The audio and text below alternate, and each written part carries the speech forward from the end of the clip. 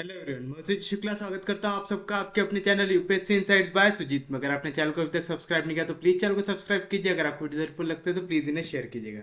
चलिए हम शुरू करते हैं हमारा आज का पहला टॉपिक, जो है roles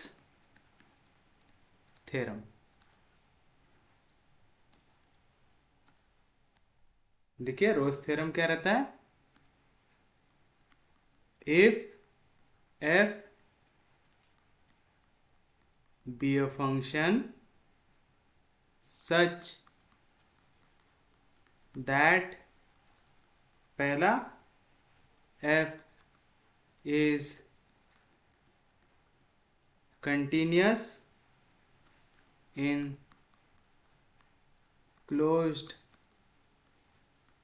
interval a comma b, second,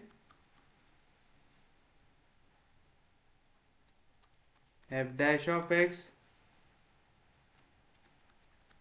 exists for every point x in open interval a comma b। आप इसको ऐसा लिख सकते हैं, f is differentiable in open interval a comma b। आप इसी को कैसे लिख सकते हैं, that is f is differentiable in open interval a comma b। और थर्ड, f ऑफ a इक्वल आना चाहिए f ऑफ b के साथ।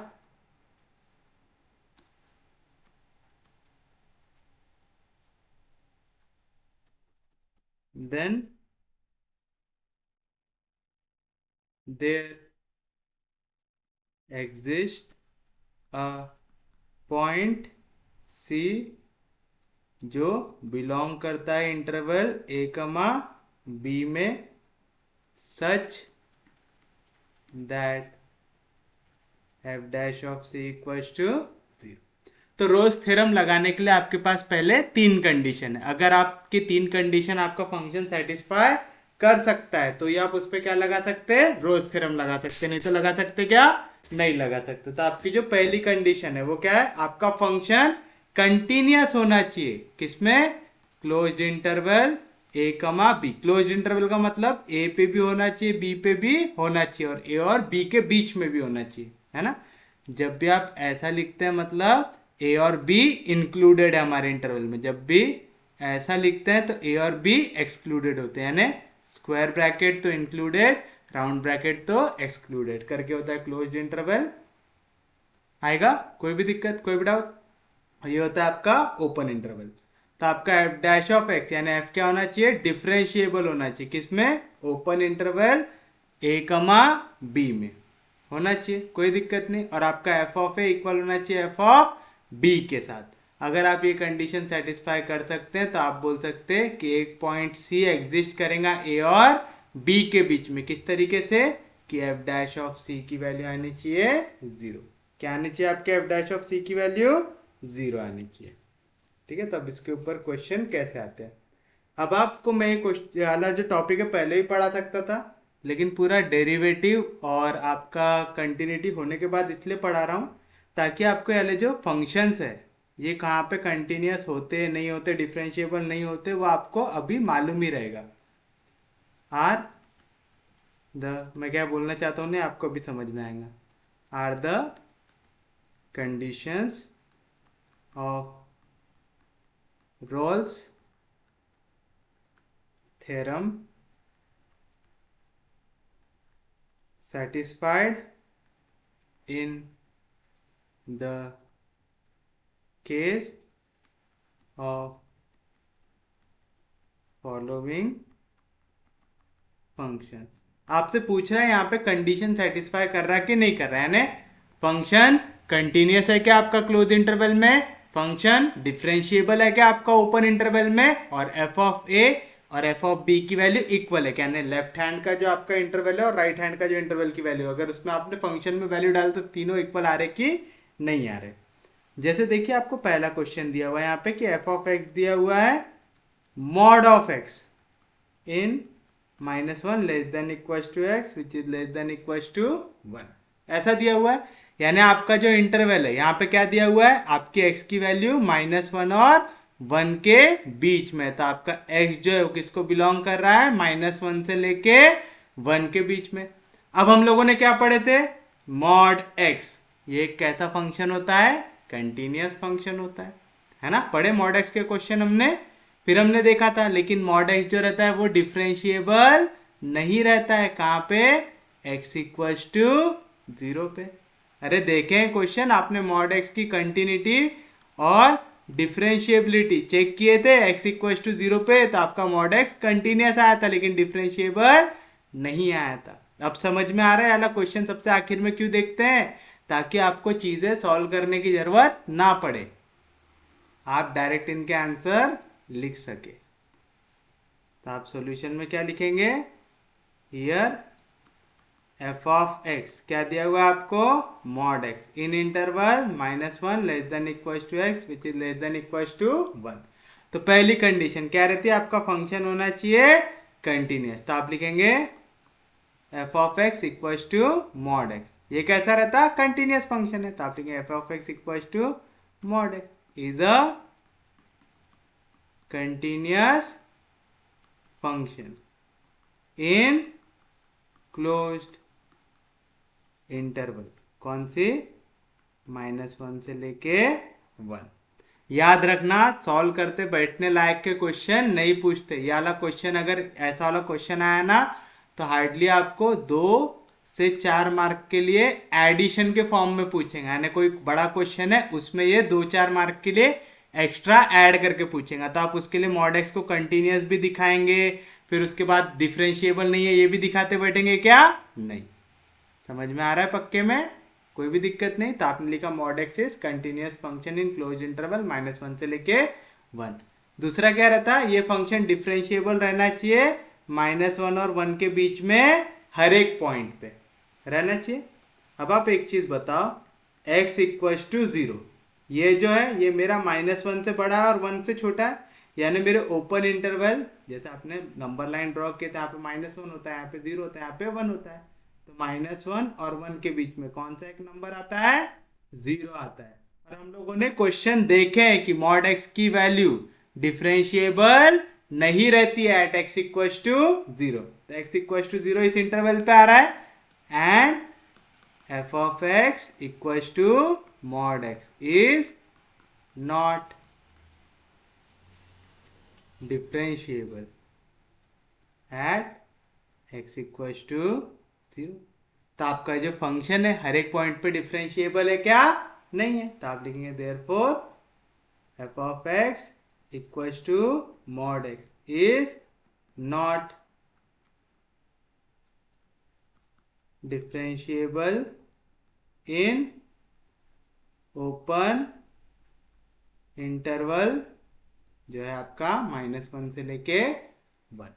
समझ में आया क्यों, सिंस इट इज नॉट, या तो आप इधर देयरफॉर करके लिखे ना तो आपको फिर से रीजन डालने की जरूरत नहीं है। समझा पक्के में।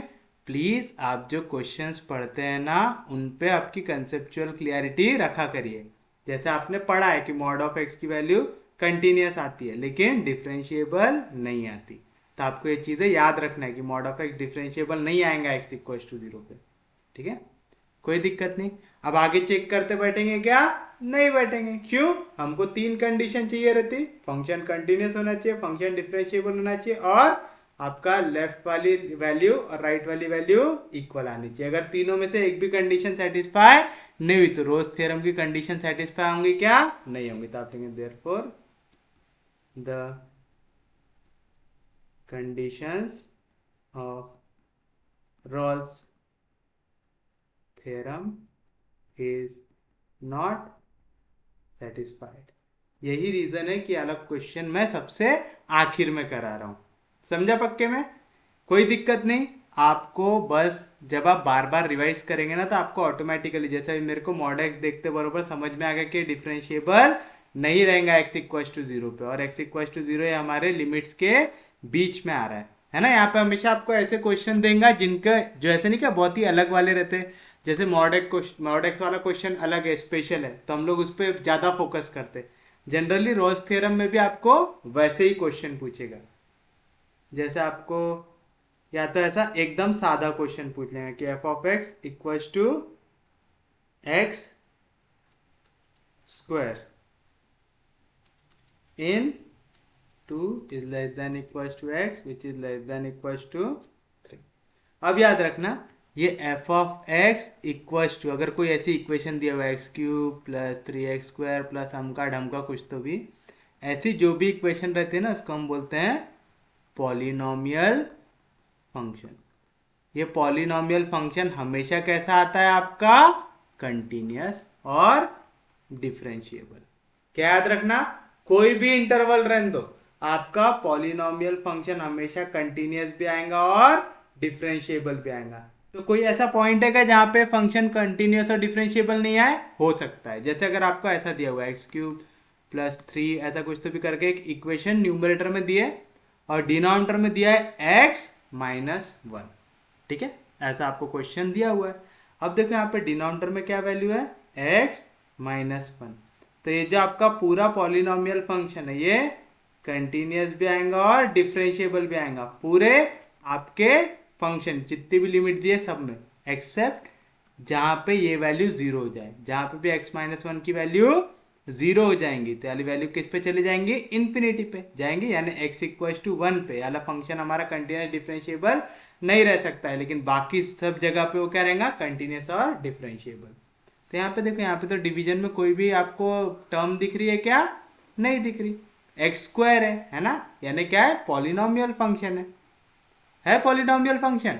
तो आप लिखेंगे सॉल्यूशन, क्या दिया हुआ है आपको हियर, एफ ऑफ एक्स क्या दिया हुआ है, एक्स स्क्वायर, कहाँ पे, in 2 less than equals to x is less than equals to है ऐसा। तो आप लिखेंगे since polynomial function is always continuous, since polynomial function is always continuous and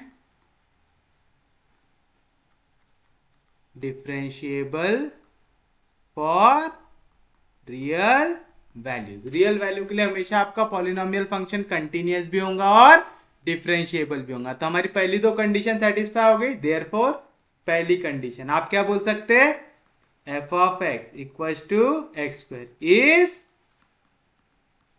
continuous, कहां पे, ऑन क्लोज्ड इंटरवल, क्या इंटरवल, 2 और 3 आएगा, 2 से लेके 3 तक। Second, f of x equals to x square is differentiable on open interval 2, 3। तो पहली दो कंडीशन तो सेटिस्फाई हो गई। अब तीसरा चेक करो, तीसरी कंडीशन क्या रहेगा, आपको एफ ऑफ ए निकालना पड़ता है और एफ ऑफ बी निकालना पड़ता है। अगर दोनों इक्वल आ गए तो तीसरी कंडीशन भी सेटिस्फाई हो जाएंगे। तो चलिए, एफ ऑफ ए की जगह क्या है 2, तो निकालेंगे एफ ऑफ 2, क्या आएगा 2 का स्क्वायर, 2 का स्क्वायर कितना होता 4, एंड एफ ऑफ 3 बी की जगह क्या वैल्यू है 3, क्या आएगा 3 का स्क्वायर, 3 का स्क्वायर क्या होता है 9, दोनों इक्वल है क्या, नहीं है, तो आप लिखेंगे since 4 is not equal to 9 this implies f of 2 equal नहीं है एफ ऑफ 3 से। तो जो तीसरी कंडीशन थी वो सेटिस्फाई हुई क्या, नहीं हुई, तो आप लिखेंगे therefore the conditions of Rolle's theorem are not satisfied. याद रखना, तीनों के तीनों अगर सेटिस्फाई हुए तो ही आप बोलोगे कि कंडीशन सेटिस्फाई होती है। अगर तीनों में से एक भी सेटिस्फाई नहीं हुई तो आप फिर बोल देंगे कि ये सेटिस्फाई नहीं करता। समझा, पक्के में समझा। चलिए अब हम आते हैं हमारी थर्ड क्वेश्चन पे, जो है f of x equals to cos 1/x। Cos 1/x लिखते बरोबर कोई क्वेश्चन याद आ रहा है? साइन 1/x था, लिमिट और डेरिवेटिव वाले क्वेश्चंस में देखे थे, साइन 1/x देखे, एक्स साइन 1/x देखे, एक्स स्क्वायर साइन 1/x देखे। सेम क्वेश्चन, साइन के जगह क्या डाल दिया उसने? कॉस डाल दिया। समझ रहा है? क्वेश्चन सेम ही होते हैं। इन कौन सा इंटरवल बोल रहा? -1 is less than equal to x which is less than equal to 1। तो -1 से 1 के बीच में क्या वैल्यू आती? x इक्वल टू 0, और x इक्वल टू 0 में cos 1/0, cos 1/0 क्या होता? cos इंफिनिटी आता है। तो cos इंफिनिटी की वैल्यू आप निकाल सकते क्या? नहीं निकाल सकते, क्योंकि आप लिमिटिंग वैल्यू को कोई एक वैल्यू पे फिक्स कर पाओगे क्या? नहीं कर पाओगे। अरे याद आ रहा है? As x tends to 0, the value of cos 1/x oscillates between -1 and 1, since the limiting value cannot be fixed to a particular value. Therefore, the function f of x equals to cos 1/x is not continuous. अरे याद आ रहा है? आगे part पीछे सपाट तो नहीं हो रहा है आप लोगों के साथ?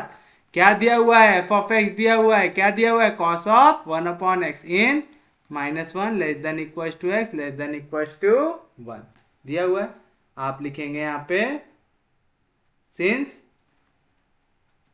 x इक्वल टू 0, ये बिलोंग करता है ये लिमिट के बीच में, किस किस के बीच में? -1 और 1 के बीच में आता है 0। हाँ जी आता है। And f of x equal to cos 1/x is not continuous at x equal to 0। ये फंक्शन इस पॉइंट पे कंटिन्यूअस नहीं है। अगर फंक्शन कंटिन्यूअस ही नहीं है तो डिफरेंशिएबल होगा क्या? नहीं होगा। This implies the function f of x जिसकी value cos 1/x is not differentiable at x equal to 0, जो बिलोंग करता है -1 और 1 के बीच में। याद रखना कंटिन्यूअस के लिए ये वाला सिंबल देना हमको, कौन सा? स्क्वायर ब्रैकेट, क्योंकि इंक्लूडेड होता है जो एंड वैल्यूज रहती, और डिफरेंशिएबल के लिए राउंड ब्रैकेट देना है, यानी एक्सक्लूडिंग ओपन इंटरवल। तो आपका फंक्शन कंटिन्यूअस ही नहीं है, डिफरेंशिएबल भी नहीं है, तो रोल्स थ्योरम की कंडीशन वेरीफाई कर रहा क्या? नहीं कर रहा था। आप लेंगे therefore the conditions of Rolle's theorem are not verified. Please अगर आप लोगों ने पिछले लेक्चर नहीं देखे हैं और डायरेक्ट यहाँ पे उड़ी मार के आए हैं तो कोई मतलब नहीं है लेक्चर देख के। प्लीज पिछले लेक्चर्स देख के आइए ताकि आप अप्रिशिएट कर पाए कि हम लोग क्या पढ़ रहे हैं। पक्के में समझ रहा है? ये चीज समझे ना? x के जगह जैसे आप 0 रखेंगे तो यहाँ पे आएगा 1/0 जो होता है इन्फिनिटी। आपको बोल रहा हूँ cos की वैल्यू निकालो इन्फिनिटी पे। मैं अगर आपको बोलूँ cos की वैल्यू 90 डिग्री पे निकालो, या 0 डिग्री पे निकालो, 180 डिग्री पे निकालो, 360 डिग्री पे निकालो, आप निकाल सकते हैं। लेकिन मैं बोल रहा हूँ cos की वैल्यू इन्फिनिटी पे निकालो। निकाल सकते क्या? नहीं निकाल सकते, क्योंकि आपको इन्फिनिटी आप जैसे जैसे आगे बढ़ाते जाओगे सिर्फ और सिर्फ cos की वैल्यू किसके बीच में ऑसिलेट करते जाएंगे? -1 और 1 के बीच में। और लिमिटिंग वैल्यू हमेशा एक पर्टिकुलर वैल्यू पे फिक्स होनी चाहिए, तभी लिमिट एग्जिस्ट करता है और तभी आपका फंक्शन कंटिन्यूअस हो सकता है। अगर फंक्शन कंटिन्यूअस नहीं तो डिफरेंशिएबल भी नहीं, और वैसे भी कंटिन्यूअस नहीं था तो यहीं पे हमारा क्वेश्चन यहीं पे समाप्त हो गया, क्योंकि 3 कंडीशन सेटिस्फाई करना चाहिए, कंटिन्यूअस, डिफरेंशिएबल और फिर इक्वल वाली करना चाहिए। कोई भी दिक्कत, कोई भी डाउट? फोर्थ भी देख लो। f of x इक्वल दिया हुआ है tan x से in interval 0 is less than equal to x which is less than equal to pi. tan का क्वेश्चन, tan की वैल्यू अगर मैं बोलूँ π/2 पे निकालो, है ना? π/2 ये 0 और पाई के बीच में आ रहा है। tan π/2 को मैं क्या लिख सकता? sin π/2 by cos π/2। sin 90 1, cos 90 0, 1/0 infinity, है ना? आप इंफिनिटी ड्रॉ कर सकते क्या? नहीं ड्रॉ कर सकते। तो अगर आप जो वैल्यू को ड्रॉ नहीं कर सकते, मैंने बताया था ना कंटिन्यूअस फंक्शन का मतलब क्या होता है? एक ऐसा डायग्राम जिसको आप बिना पेन उठाए ड्रॉ कर पाए। अगर आप किसी को भी बिना पेन उठाए ड्रॉ कर पाओगे तो फंक्शन कंटिन्यूअस होगा। ठीक है, सबसे सादी भाषा में अगर आपको समझाना चाहूँ, कंटिन्यूअस फंक्शन का मतलब बिना पेन उठाए अगर आप उसको ड्रॉ कर पाओ तो फंक्शन कंटिन्यूअस है। 0 और पाई के बीच में आता है 90 वैल्यू, है ना, 0 और पाई यानी 0 और 180 के बीच में 90 आता है, और 90 डिग्री पे tan की वैल्यू क्या हो जाती, इन्फिनिटी हो जाती। आप इन्फिनिटी ड्रॉ कर सकते क्या, नहीं कर सकते, है ना, क्योंकि आप इन्फिनिटी ड्रॉ नहीं कर सकते तो फंक्शन कंटिन्यूअस आएगा क्या, नहीं आएगा। ठीक है, करके आपने जब भी कोई भी चीज पढ़ते हैं ना तो उसको कंसेप्ट के साथ पढ़िए। हियर एफ ऑफ एक्स क्या दिया हुआ है मेरे को, tan x दिया हुआ है, कौन से इंटरवल में, 0 is less than equal to x which is less than equal to pi दिया हुआ है ऐसा।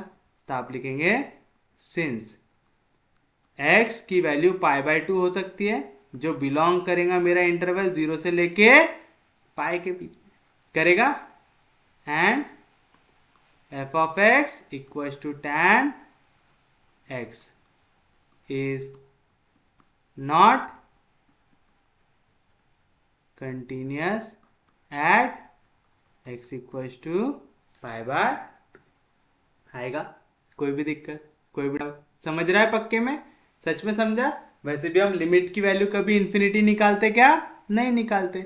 आपका कोई भी फंक्शन कंटिन्यूअस कब होता, जब limit x tends to pi by 2 f of x, ये इक्वल आना चाहिए एफ ऑफ पाई बाय 2 के साथ, यानी लिमिट की वैल्यू और फंक्शन की वैल्यू कैसे आनी चाहिए, सेम आनी चाहिए। अब हम अगर यहाँ पे फंक्शन में f की जगह पाई बाय 2 रखेंगे तो tan पाई बाय 2 कितना हो जाएगा, इन्फिनिटी। हम लिमिट की वैल्यू इन्फिनिटी निकालते क्या, नहीं निकालते, है ना, कोई भी दिक्कत, कोई भी डाउट, समझा पक्के में, करके हमारा फंक्शन कंटिन्यूअस नहीं हो सकता। या तो ऐसा याद रख लो, या तो ऐसा याद रख लो, कंटिन्यूअस का मतलब होता है बिना पेन उठाए आपको डायग्राम ड्रॉ करना, और हम इन्फिनिटी ड्रॉ नहीं कर सकते। अगर फंक्शन कंटिन्यूअस नहीं है तो डिफरेंशिएबल भी नहीं होगा, है ना। This implies f of x equals to tan x is not differentiable at x equals to pi by 2, जो बिलोंग करता है हमारे इस लिमिट पे। डिफरेंशिएबल कर रहे तो राउंड ब्रैकेट डाल देते हैं, 0 से लेके पाई के बीच में आएगा। फंक्शन कंटिन्यूअस भी नहीं, डिफरेंशिएबल भी नहीं, तो रोल्स थ्योरम वेरीफाई करेगा क्या, नहीं। Therefore the conditions of Rolle's theorem are not verified, समझा, satisfied, सॉरी वेरीफाइड लिख दिया मैंने, आर नॉट सेटिस्फाइड। उम्मीद है समझा होगा। क्वेश्चन में कुछ दम नहीं है, जितनों ने आपने अच्छे से अगर लिमिट, कंटिन्यूटी और डिफरेंशिएबिलिटी अगर ये अच्छे से देखे हो मेरे से, तो आपको ये क्वेश्चंस में कोई भी दम नहीं लगेगा। लेकिन अगर आप नहीं देखे हो, और या तो फिर आपने सिर्फ ऊपर ऊपर देख के आए हो, कंसेप्ट नहीं समझो, फिर बहुत दिक्कत होगी, समझ रहा है। अब इसमें एक अलग टाइप का क्वेश्चन भी पूछ सकता है, जैसे तो हो गया एकदम छोटा वाला क्वेश्चन, इस पे एक अलग टाइप का क्वेश्चन भी आता है, जो है verify Rolle's theorem in case of function जो है f of x equals to 2x cube plus x square minus 4x minus 2। चलिए, आपको क्या बोल रहा है, वेरीफाई करो रोल्स थ्योरम, इसके लिए। ठीक है, वेरीफाई रोल्स थ्योरम के लिए आपको क्या क्या करना पड़ेगा, वेरीफाई करने के लिए पहले तो आपको 3 कंडीशंस बनानी पड़ेगी, और फिर दिखाना पड़ेगा कि वहां पे एक वैल्यू c भी एग्जिस्ट करते, किस तरीके से कि f डैश ऑफ c की वैल्यू क्या आ जाए, 0 आ जाए। ठीक है, तो हम शुरुआत करेंगे सबसे पहले फंक्शन लिख के। सॉल्यूशन क्या दिया हुआ है आपको, हियर एफ ऑफ एक्स दिया हुआ है आपको 2x cube plus x square minus 4x minus 2। कौन सा फंक्शन है ये, पॉलिनोमियल फंक्शन। और ये पॉलिनोमियल फंक्शन के डिवीजन में कुछ भी है क्या, नहीं, तो ये कंटिन्यूअस भी होगा और डिफरेंशिएबल भी होगा। ठीक है, इसको पॉलिनोमियल फंक्शन भी बोलते हैं और रैशनल फंक्शन भी बोलते हैं। ठीक है, दोनों में से आपको जो वर्ड यूज करना है, तो आप लिखेंगे since f of x is a polynomial भी बोलते हैं और रैशनल भी बोलते हैं। ठीक है, since f of x is a polynomial या rational function and it is both continuous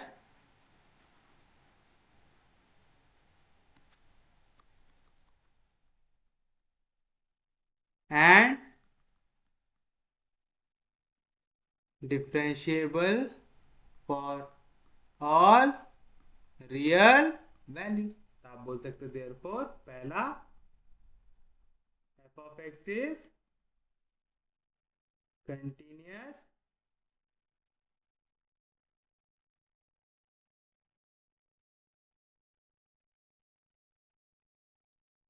f of x is continuous on, अच्छा हमको इंटरवल अभी तक दी हुई नहीं है तो हमको इंटरवल निकालना पड़ेगा पहले। चलो हमने ऐसा लिख के रख दिया कि फंक्शन कंटिन्यूस और डिफरेंशिएबल होता है फॉर ऑल रियल वैल्यूज। अभी यहीं पे रुकते हैं क्योंकि हमको यहाँ पे इंटरवल दिया हुआ है क्या, नहीं दिया हुआ है, तब हम इंटरवल निकालेंगे। इंटरवल निकालने का सबसे आसान तरीका क्या करो, एफ ऑफ एक्स को ले लो जीरो। क्यों, एफ ऑफ एक्स को आप जैसे ही जीरो लोगे आपको एक ऐसी वैल्यू मिलेंगी जो इस इक्वेशन को सेटिस्फाई करती है ना। तो आप उससे क्या कर सकते, दो एंड पॉइंट्स अज्यूम कर सकते। तो हम लिखेंगे ना put f of x equal to zero. तो क्या मिलेगा, क्या आपका f of x, 2x³ plus x square minus 4x minus 2 equal to zero. This is equation number 1 आएगा। कोई भी दिक्कत, कोई भी डाउट, यहां तक समझा, पक्के में समझा। अब हमको x की एक ऐसी वैल्यू चाहिए जो इस इक्वेशन को क्या करे, सेटिस्फाई करे। तो चलो x की जगह 1 रख के देखो, तो क्या आएगा 2 + 1 - 4 - 2, कितनी आ रही वैल्यू, -3 आ रही। तो यानी ये वैल्यू को सेटिस्फाई कर रहा, क्या नहीं कर रहा। अब इसके जगह 2 रख के देखो तो क्या आएगा, 2 × 2 का पावर 4, 4 4 16 है ना, प्लस 2 का स्क्वायर 4 -4 2 8 -2। तो कितना आ रहा है, यहाँ पे आ रहा है -10 + 10 आ रहा है। यानी अगर आपने x की वैल्यू 1 रखे तो वैल्यू ऐसी आ रही है, 10 रखे तो बड़ी आ रही है ना। तो 1 और 10 दोनों ही नहीं है। चलिए और कुछ रख के देख सकते क्या, यहाँ पे सब जो है इवन नंबर दिख रहे हैं, तो x की जगह 1/2 रख के देखो तो आएगा 2 × 1/2 का क्यूब आएगा 1/8 प्लस x का स्क्वायर यानी 1/2 का स्क्वायर 1/4 माइनस 4 × 1/2 तो आएगा 2 -2 आएगा। तो क्या मिलेगा आपको 2 बरोबर रखे ना हमने x की जगह 1/2 तो 2 -4 तो आएगा 4। बहुत छोटी वैल्यू आ रही है, ये भी नहीं हो सकता। x की जगह -1/2 रख के देखो तो क्या आएगा 2 × -1/8 प्लस x का स्क्वायर तो आएगा 1/4, फिर माइनस इंटू माइनस प्लस, यहाँ पे आएगा 2 -2 2 4 -1/4 प्लस 1/4 2 2 कैंसिल। यानी कौन सी वैल्यू सेटिस्फाई कर रही है, x इक्वल टू -1/2 सेटिस्फाई कर रही। तो आप लिखेंगे since x equal to -1/2 satisfies equation 1। क्योंकि x इक्वल टू -1/2 इक्वेशन 1 को सेटिस्फाई कर रहे तो ये क्या रहेंगे, उसकी रूट रहेंगे। तो आप लिखेंगे therefore x equal to -1/2 is a root of equation 1। और अगर आपको एक रूट मिल गया तो आप बाकी रूट्स आराम से निकाल सकते। कौन सी मेथड से, सिंथेटिक डिवीजन मेथड। क्या है x की वैल्यू -1/2, x³ का कोएफिशिएंट 2, एक्स स्क्वायर का कोएफिशिएंट 1, फिर x का कोएफिशिएंट -4, फिर कांस्टेंट वैल्यू -2। पहली वैल्यू एज इट इज आएंगी, फिर ये दोनों क्रॉस होते तो -1/2 × 2 कितना आएगा, -1 +1 -1 जीरो, तो आएगा -1/2 इंटू जीरो, क्या आएगा 0। तो -4 + 0 -4, minus into minus plus, 1/2 into 4 आएगा 2 + 2 -2 कैंसिल, तो क्या आएंगी वैल्यू 0। आया बरोबर, कोई भी दिक्कत, कोई भी डाउट? तो क्या मिला आपको, देयरफॉर क्या बनेंगे आपकी equation, equation 1 can be written as, किस तरीके से लिख सकते हैं आप, 2x³ + x² - 4x - 2 को पहला फैक्टर क्या बना, x = -1/2, तो इधर -1/2 इधर आएगा तो +1/2 था, x + 1/2 ये होता है कांस्टेंट की वैल्यू, ये होता है x की वैल्यू, होता है x² की वैल्यू, तो क्या आएगा 2 × x² + 0 × x लिखने की जरूरत है नहीं, फिर कांस्टेंट आएगा -4 = 0। दो वैल्यू का मल्टीप्लीकेशन 0, यानी पहली वैल्यू 0 रहेंगी, यानी x + 1/2 ये 0 हो सकता है, दूसरी वैल्यू 0 हो सकती है, 2x² - 4 = 0 हो सकता है, x की वैल्यू आ सकती -1/2, या तो 2x² की वैल्यू आ सकती 4, 2 से डिवाइड कर दो, x की वैल्यू आ सकती -1/2, या तो x² आ सकता 2, टेकिंग स्क्वायर रूट, तो x की वैल्यू मिलेंगी -1/2 और x की वैल्यू मिल सकती ±√ आएगा। कोई भी दिक्कत, कोई भी डाउट, समझे आता है पक्के में? √2 की वैल्यू शायद 1.414 कुछ तो भी आती ना, और इसकी 1/2 की 0.5, पहली वैल्यू बड़ी है तो हम इसकी लिमिट कहाँ से कहाँ तक लेंगे, ±√2 है, तो हम जो हमारा इंटरवल लेंगे वो क्या लेंगे, -√2 से +√2 तक लेंगे। समझ रहा है पक्के में? चलो हम फंक्शन की वैल्यू भी निकाल लेंगे हर एक पॉइंट पे। फंक्शन की वैल्यू √2 पे कितनी आएंगी, 0। फंक्शन की वैल्यू -√2 पे भी कितनी आएंगी, 0।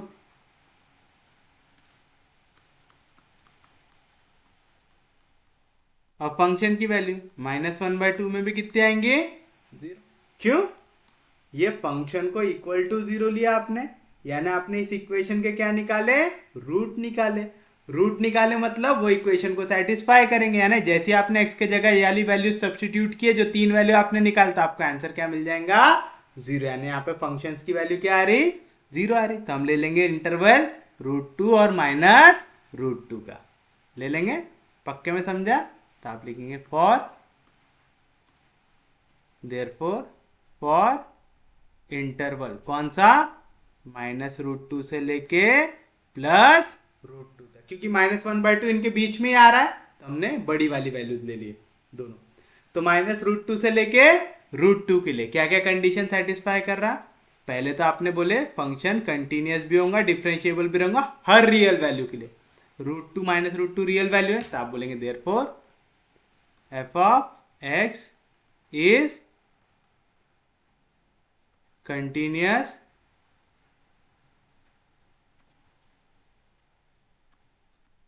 for closed interval कौन सा, -√2 से लेके √2 ऑन क्लोज इंटरवल लिख दो, आएगा। Second, f(x) is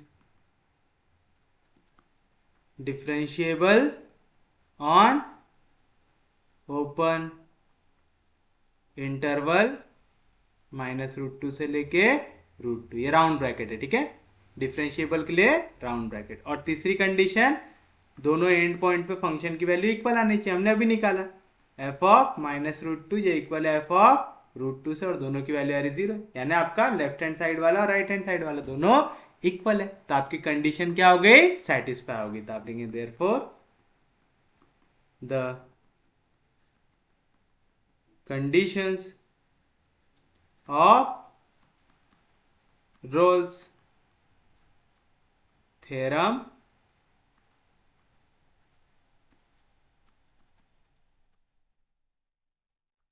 are satisfied. अब अगर कंडीशन सेटिस्फाई हो गई तो अब वेरीफाई करो, क्या वेरीफाई करो, अब आप दिखाओ कि ये -√2 और √2 के बीच में एक वैल्यू एग्जिस्ट करेंगी c, किस तरीके से, now to verify Rolle's theorem we have to show that, क्या बताना पड़ेगा? देयर एग्जिस्ट, एक वैल्यू एग्जिस्ट करेंगे, कौन सी? सी। किसके बीच में? √2 और -√2 के बीच में। तो -√2 और √2 के बीच में एक वैल्यू एग्जिस्ट करनी चाहिए, सी। किस तरीके से? सच दैट कि f'(c) की वैल्यू क्या आ जाए? 0 आ जाए। आ जाए तो चलिए हमको निकालना पड़ेगा f'(c), निकालना पड़ेगा इसको, तो इक्वेशन नंबर ए। ठीक है, तो f'(c) निकालने के लिए पहले आपको क्या निकालना पड़ेगा? f'(x) निकालना पड़ेगा। हमारे पास f(x) है क्या? हाँ जी है। तो इस पे डेरिवेटिव लगा देंगे तो क्या मिल जाएगा हमको? f'(x) मिल जाएगा, मिल जाएगा। तो चलिए निकालते हैं। हियर f(x) है हमारे पास, देयरफॉर f'(x) क्या मिलेगा? 2 कांस्टेंट है डेरिवेटिव के बाहर, x³ का डेरिवेटिव 3x², तो 3 2 6x², x² का 2x -4, x का डेरिवेटिव 1 और -2 कांस्टेंट है, उसका डेरिवेटिव 0 आएगा। कोई भी दिक्कत, कोई भी डाउट? देयरफॉर f'(c) क्या होगा? जहां जहां x है वहां वहां क्या रख दो? c, तो आएगा 6c² +2c -4। तो आप लिखेंगे देयरफॉर इक्वेशन ए बिकम्स, हमारे पास f'(c) की वैल्यू है क्या? हाँ जी, ये क्या है? 6c² +2c -4। हम बोल रहे इसके आंसर क्या आना चाहिए? 0 आना चाहिए। देखो पूरे के पूरे इवन नंबर है, तो डिवाइड बाय 2, तो क्या मिलेगा? 3c² +c -2 = 0। -6 के ऐसे फैक्टर जिनके बीच का डिफरेंस 1 का हो। 3 2 -6, -6 के ऐसे फैक्टर ले सकते क्या अपन? 3 2 6, 3 और -2 ले सकते हैं, तो हम इसको लिख सकते हैं 3c² +3c -2c -2 = 0। समझे ना कैसे किए? ये पहली वैल्यू आखिरी से मल्टीप्लाई होता है, 3 × -2 कितना होगा? -6। -6 के ऐसे फैक्टर चाहिए हमको जिनके बीच का डिफरेंस 1 का हो। तो देखो 3 × -2 और 3 और 2 के बीच में कितने का फर्क है? 1 है। कुछ कॉमन निकल रखा है, यहाँ पे भी 3c है, यहाँ पे भी 3c है, कॉमन निकालो तो यहाँ पे क्या बचेगा? c+1। यहाँ पे भी -2 है, यहाँ पे भी -2 है, कॉमन निकालो तो क्या बचेगा? c+1। देखो यहाँ पे भी c+1, यहाँ पे भी c+1, कॉमन निकालो तो क्या बचेगा? 3c -2 = 0। तो यहाँ पे क्या मिलेगा? c+1 भी 0 मिल जाएगा, 3c -2 भी 0 मिल जाएगा। यहाँ पे c की वैल्यू +1 इधर गया तो -1, यहाँ पे 3c जैसा था वैसा, यहाँ पे -2 इधर गया तो +2, 3 मल्टीप्लीकेशन में, उधर जाएगा तो डिवीजन में। तो c की वैल्यू क्या है? 2/3 आई। हाय, कोई भी दिक्कत, कोई भी डाउट? समझा पक्के में? सच में समझा? अब -1 तो इसके बीच में आता है, 2/3 की वैल्यू क्या आएंगी?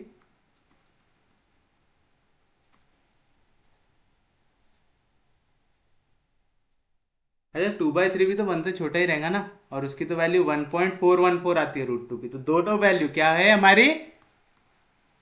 दोनों की दोनों वैल्यू बिलोंग करती है हमारे इंटरवल कौन सा?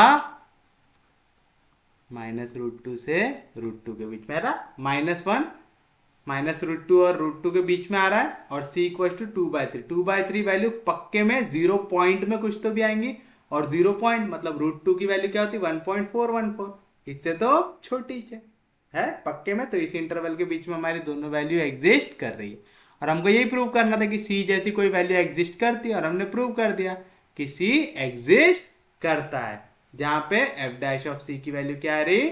0 आ रही। तो आप बोल सकते हैं hence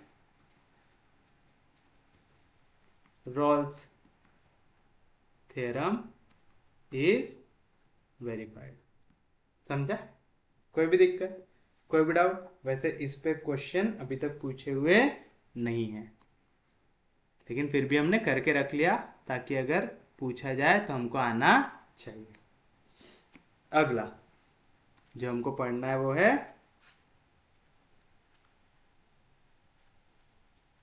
Lagrange's mean value theorem. Next क्या पढ़ना है हमको? Lagrange's mean value theorem. ये भी लिख लो कि if a function f is, पहला continuous in closed interval a b and दूसरा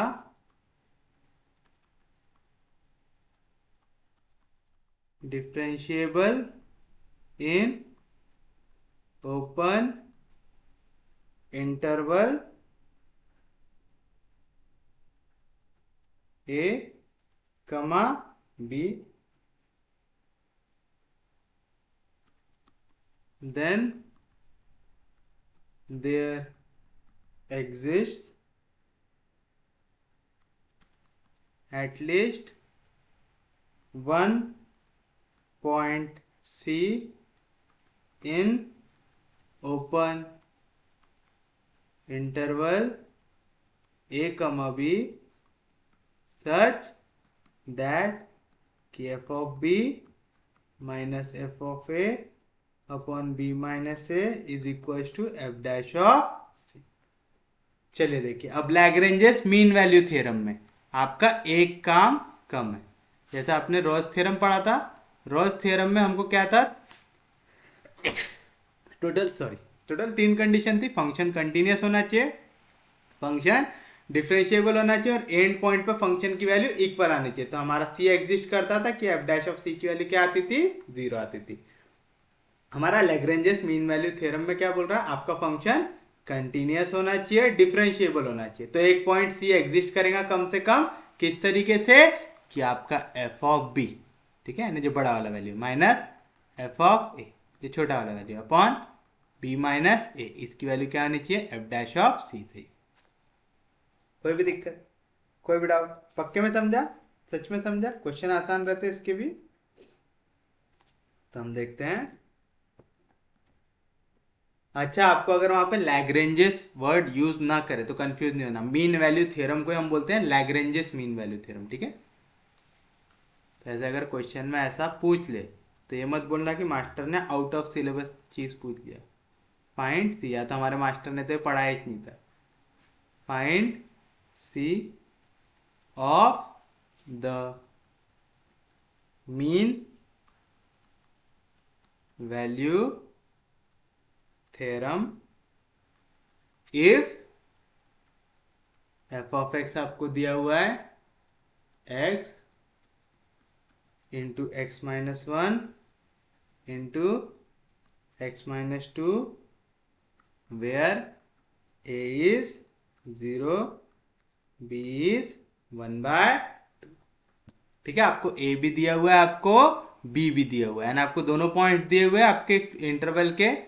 आपका जो इंटरवल है 0 से लेके 1/2, इसके दोनों पॉइंट दिए और आपको बोल रहा है आपको मीन वैल्यू थ्योरम लगा के इसकी वैल्यू निकालना है। तो आप सबसे पहले क्या करेंगे, हियर जो क्वेश्चन दिया हुआ है लिखेंगे एफ ऑफ एक्स, क्या दिया हुआ है, x into x minus 1 into x minus 2 दिया हुआ है। और यहाँ पे आपको ए दिया हुआ है 0, बी दिया हुआ है 1/2 दिया हुआ है। कौन से थ्योरम से सॉल्व करो बोल रहा है, मीन वैल्यू थ्योरम। तो आप लिखेंगे बाय या यूजिंग, ठीक है, यूजिंग लिखते हैं, है ना, यूजिंग मीन वैल्यू थ्योरम। क्या है हमारा मीन वैल्यू थ्योरम, कि आपको f of b minus f of a upon b minus a ये इक्वल मिलना चाहिए किससे, एफ डैश ऑफ सी से। कैसे इक्वल मिलना चाहिए, एफ डैश ऑफ सी से मिलना चाहिए। इसको दे दो इक्वेशन नंबर ए। अब पहले हम इसका सॉल्व कर लेते हैं लेफ्ट हैंड साइड। तो चलो कंसीडर किसको, एफ ऑफ बी, या तो पहले एक एक वैल्यू निकाल लूं क्या, है ना, सेपरेटली निकाल लेते हैं, एक साथ निकालने से अच्छा कंफ्यूजन नहीं होगा। चलिए एफ ऑफ बी निकालते हैं। क्या है बी की वैल्यू 1/2, तो आएगा एफ ऑफ 1/2, यानी एफ ऑफ एक्स में जहां जहां पे एक्स दिख रहा है उसकी जगह 1/2 रखो, तो आएगा एक्स यानी 1/2 इंटू एक्स माइनस 1 यानी 1/2 माइनस 1 इंटू एक्स माइनस 2 यानी 1/2 माइनस 2। तो क्या आएगा 1/2 इंटू 1/2 में से 1 गया तो माइनस 1/2, 2 2 जार 4, तो 1 में से 4 गया तो आएगा माइनस 3/2 आएगा। कोई भी दिक्कत, कोई भी डाउट? तो क्या मिलेगा आपको, आपको एफ ऑफ बी मिलेगा minus into minus plus, 3 1 jar 3 upon 2 2 jar 4 4 2 जार 8। आ गया? कोई भी दिक्कत, कोई भी डाउट? इसी तरीके से निकालो एफ ऑफ ए। तो निकालो एफ ऑफ ए, क्या आएगा? जहां जहां पे एक्स है उसके जगह क्या रखो? जीरो। आएगा एफ ऑफ जीरो। भाई यहाँ पे जीरो रख दूंगा तो जीरो से किसी को भी मल्टीप्लाई करूंगा तो आंसर क्या आ जाएगा? जीरो। ये तो काम थोड़ा आसान हो गया। हुआ? कोई भी दिक्कत, कोई भी डाउट? तो आप पूरी वैल्यू निकाल सकते हैं। हाँ जी, निकाल सकते हैं। क्या हो जाएगा हमारा? Therefore f of b minus f of a upon b minus a. इसकी वैल्यू क्या आएंगी? एफ ऑफ बी क्या है? एफ ऑफ बी हमने निकाला है 3/8 माइनस एफ ऑफ ए कितना निकाला है? 0 अपॉन बी माइनस ए। बी की वैल्यू 1/2, ए की वैल्यू 0 तो आएगा 1/2 माइनस 0। तो क्या मिलेगा? 3/8 है। तो देखो 3 जैसा था वैसे। 8 कहाँ पे? न्यूमरेटर के डिनोमिनेटर में। तो कहाँ पे जाएगा? डिनोमिनेटर में। डिनोमिनेटर में स्वागत करने को उसका कौन बैठा है? 1। ये 2 कहाँ पे है? डिनोमिनेटर के डिनोमिनेटर में। कहाँ पे चला जाएगा? न्यूमरेटर में। समझा? कोई भी दिक्कत, कोई भी डाउट? पक्के में समझ रहा है? और अगर ऐसी वाली मेथड से करना अच्छा नहीं लगता है तो आप पहले चाहो तो 3/8 माइनस 0 को लिख दो 3/8 डिवाइड बाय 1/2 माइनस 0 को लिख दो 1/2। अब देखो 2 के टेबल में 8 आता है, 2 4 जार 8। तो क्या है वैल्यू? 3/4। आप चाहो तो ऐसा भी निकाल सकते हैं, या तो जैसा मैंने बताया था 3/8 था 1/2 था। पहले इनको सॉल्व कर लो। 8 कहाँ पे? न्यूमरेटर के डिनोमिनेटर में। तो कहाँ पे जाएगा? डिनोमिनेटर में। उसका स्वागत करने को कौन बैठा था? डिनोमिनेटर में 1। 2 कहाँ पे? डिनोमिनेटर के डिनोमिनेटर में। तो कहाँ पे जाएगा? न्यूमरेटर में। 2 4 जार 8। तो आपको दोनों में से जो भी मेथड आसान लगे उससे करो, बस आंसर सही निकालना। तो क्या है वैल्यू? 3/4 है। आई? कोई दिक्कत नहीं, कोई डाउट नहीं। अब क्या निकालना है आपको? एफ डैश ऑफ सी निकालना। तो एफ डैश ऑफ सी निकालने के लिए पहले एफ ऑफ एक्स को थोड़ा इंसान वाले फॉर्म में ला लेते हैं, है ना? क्योंकि यहाँ पे वैल्यूज मल्टीप्लीकेशन में बार बार प्रोडक्ट रूल लगाते बैठेंगे क्या हम? नहीं, इसको सिंप्लीफाई कर लेंगे। तो नाउ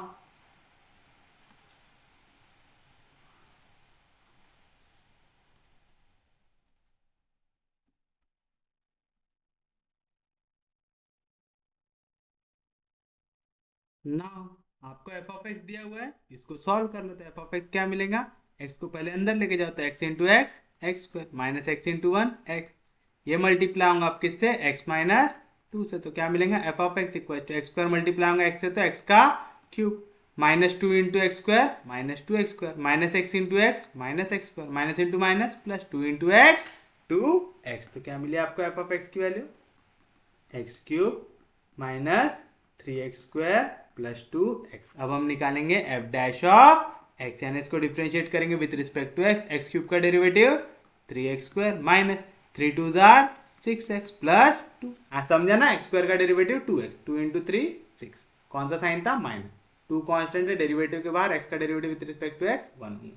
देयरफॉर निकालो एफ डैश ऑफ सी, यानी जहां जहां एक्स उसकी जगह सी रखो तो क्या आएगा? 3c² माइनस 6c प्लस 2 आएगा। कोई भी दिक्कत, कोई भी डाउट? तो आपने उसको दे दिया इक्वेशन नंबर ए, इसको दे दो बी, इसको दे दो सी। तो from equation a b and c we get क्या मिलेगा?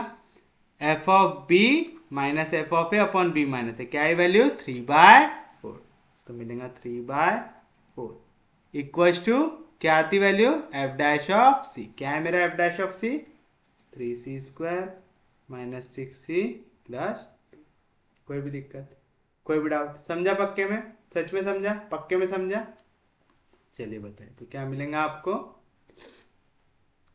दिस इम्प्लाइज क्या मिलेगा आपको? यहाँ पे आप चाहो तो पहले 4 से मल्टीप्लाई कर लो तो मिलेगा 3 इक्वल टू 4 3 जार 12c² माइनस 6 4 जार 24c प्लस 4 2 जार 8 आएगा। तो मेरे को मिलेगा 12c² minus 24c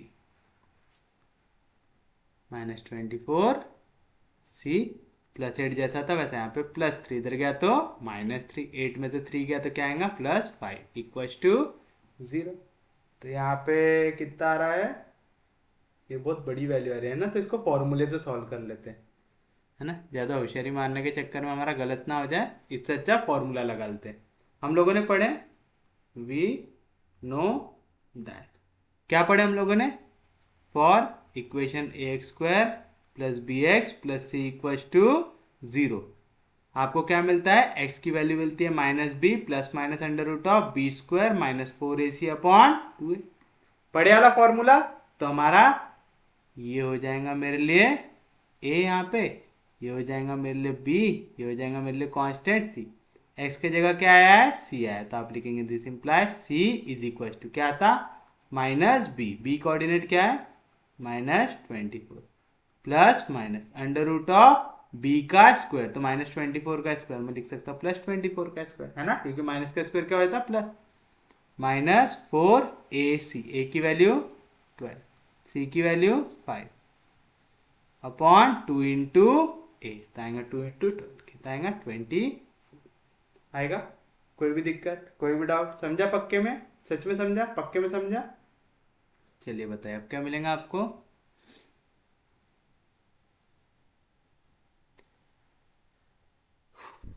c is equal to minus into minus plus, आएगा 24 प्लस माइनस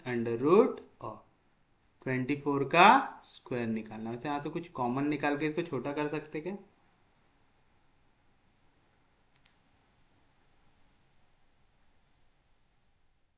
नहीं जम रहा है, चलो 24 का स्क्वायर ही निकाले, तो 4 का स्क्वायर 16, 2 का स्क्वायर 4, 4 2 जार 4 4 जार 16, तो आएगा 6 7 और यहाँ पे 5, तो आएगा 576 माइनस, यहाँ पे 5 से मल्टीप्लाई करेंगे तो 5 4 जार 20, तो आएगा 0, फिर 2 से मल्टीप्लाई करेंगे 2 2 जार 4, 2 1 जार 2। आपके पास तो कैलकुलेटर, आपको टेंशन लेने की जरूरत नहीं है।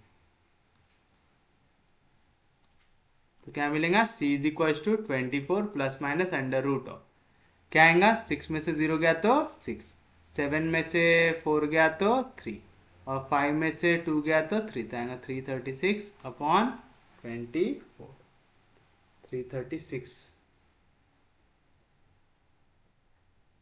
हम्म हम्म हम्म हम्म हम्म 336 किसी का स्क्वायर है क्या, करके यार कैलकुलेटर होना चाहिए पास में।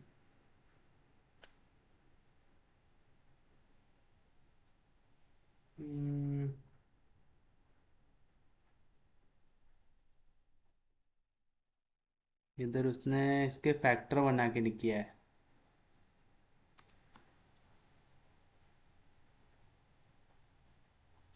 हम लोग इसको यहीं पे छोटा कर लेते, नहीं तो कैलकुलेटर में आप इसके आसपास की वैल्यू देख लो, फिर उस हिसाब से करो इसको।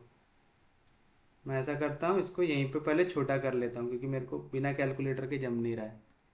तो c की वैल्यू क्या आएंगी, minus into minus plus minus √24 के स्क्वायर को हम क्या लिख सकते हैं, 24 इंटू 24 लिख सकते हैं, 24 इंटू 24 माइनस यहाँ पे क्या है 4 इंटू 12, 12 को मैं क्या लिख सकता हूँ 4 3 जार 12 इंटू 5 डिवाइड बाय नीचे क्या है वैल्यू 24। अब देखो यहाँ पे 4 इंटू 4 दिख रहा है, और मैं यहाँ पे भी इसको 4 इंटू 4 के फॉर्म में कर सकता हूँ, है ना, 4 के टेबल में 24 आता है ना, 4 6 जार 24 लिख सकते हैं ना। ऐसा हमको यहाँ से स्क्वायर को छोटा करना है, तो हम क्या करेंगे 24 को लिख देंगे 6 4 जार 24 हुआ पहले बार, फिर उसके बाद 6 4 जार 24 करेंगे। अब देखो यहाँ पे भी 4 है, यहाँ पे भी 4 है, एक बार 4 कॉमन, यहाँ पे भी 4 है, एक बार 4 है, यानी 2 बार 4 कॉमन निकलेंगे, यानी 4 का स्क्वायर कॉमन निकलेगा, तो स्क्वायर और स्क्वायर रूट कैंसिल हो जाएगा। तो c की वैल्यू क्या मिलेगी 24 प्लस माइनस 4 √6 इंटू 6 क्या आएगा 36 माइनस 3 इंटू 5 कितना आएगा 15 डिवाइड बाय 20। समझा, पक्के में समझा, सच में समझा, किसी को कोई दिक्कत नहीं, कोई डाउट नहीं, पक्के में समझ रहा है। चलिए बताइए अब क्या होगा, यहाँ से आप 4 से डिवाइड कर सकते पूरी वैल्यूज को, तो c की वैल्यू क्या मिलेंगी, यहाँ से अगर 4 से डिवाइड करूँ 6 4 जार 24 प्लस माइनस यहाँ पे 4 4 कैंसिल, तो √, यहाँ पे क्या आएगा 36 में से 15 गया तो कितना आएगा 15 और 6 21 डिवाइड बाय नीचे भी 4 से डिवाइड करोगे तो 6 आएगा। कोई भी दिक्कत, कोई भी डाउट, पक्के में समझा, सच में समझा, किसी को कोई दिक्कत नहीं, कोई डाउट नहीं। आप लोग कैलकुलेटर में जैसी वैल्यू रखेंगे ना, आपको इतना कैलकुलेशन करने की जरूरत भी नहीं पड़ेगी, आपको कैलकुलेटर में वैल्यू रखना है, आपको एक आंसर मिल जाएगा, और फिर हमको देखना है हमारे इंटरवल के बीच में आ रहा है कि नहीं आ रहा है। हमारा इंटरवल क्या है, 0 से लेके 1/2 है इंटरवल है, तो हमको 0 से लेके 1/2 के बीच की वैल्यू लेना है तो 0 से लेके 1/2 के बीच में पक्के में वो प्लस वाली वैल्यू तो नहीं जाएंगी, क्योंकि 6 में कुछ भी वैल्यू ऐड करेंगे तो 1 से बड़ी हो जाएंगी, आएंगे तो फिर आप नेगेटिव वाली वैल्यू लेंगे। तो आप लिखेंगे, याद रखना, समझ रहा है ना, पक्के में आप इस फॉर्म में लिखेंगे तो जब 6 में प्लस ऐड करोगे 21/6, तो अगर मैं इनको सेपरेट कर दूं तो आपको शायद ज़्यादा अच्छे से समझ में आए। चलो इसको 6 से डिवाइड कर दो, तो c की वैल्यू क्या मिलेंगी, 6 कैंसिल तो बचेगा 1 प्लस माइनस √21/6 आएगा। अब आप बताओ, अगर आप 1 में कोई भी वैल्यू ऐड करेंगे, आपका इंटरवल कौन सा दिया हुआ है, 0 से लेके 1/2 के बीच का दिया हुआ है, तो आपको 0 से लेके 1/2 के बीच में वैल्यू कब मिलेंगी, जब आप किसी वैल्यू को ऐड करेंगे 1 से, किसी वैल्यू को सब्ट्रैक्ट करेंगे, जब आप किसी वैल्यू को सब्ट्रैक्ट करेंगे। तो आप लिखेंगे since c is equals to 1 plus √21/6 does not belongs to कौन सा इंटरवल, 0 से लेके 1/2, तो आप लेंगे देयरफॉर c की वैल्यू जो है 1 माइनस √21/6, ये बिलोंग करेगा हमारा 0 से लेके 1/2 को। समझा, ये वाली वैल्यू बिलोंग नहीं करेगी। समझा ना, क्यों नहीं करेंगी, क्योंकि आप 1 पे कोई भी वैल्यू ऐड करेंगे तो आपको वैल्यू नेचुरली बड़ी मिलेंगी। वैसे मैं आपको सजेस्ट करूंगा कि इसका आंसर निकाल लो, कुछ पॉइंट में आएगा, ठीक है, वो पॉइंट वाला आंसर यहाँ पे लिखोगे ना तो ज़्यादा अच्छा रहेगा, ऐसा डिवीजन वाले फॉर्म के बजाय। समझा, तो आपको मिल गया आपकी सी की वैल्यू। पक्के में समझा, सच में समझा, किसी की कोई दिक्कत नहीं, कोई डाउट नहीं, समझ रहा है पक्के में। चलो देखते हैं एक और क्वेश्चन इस टाइप का।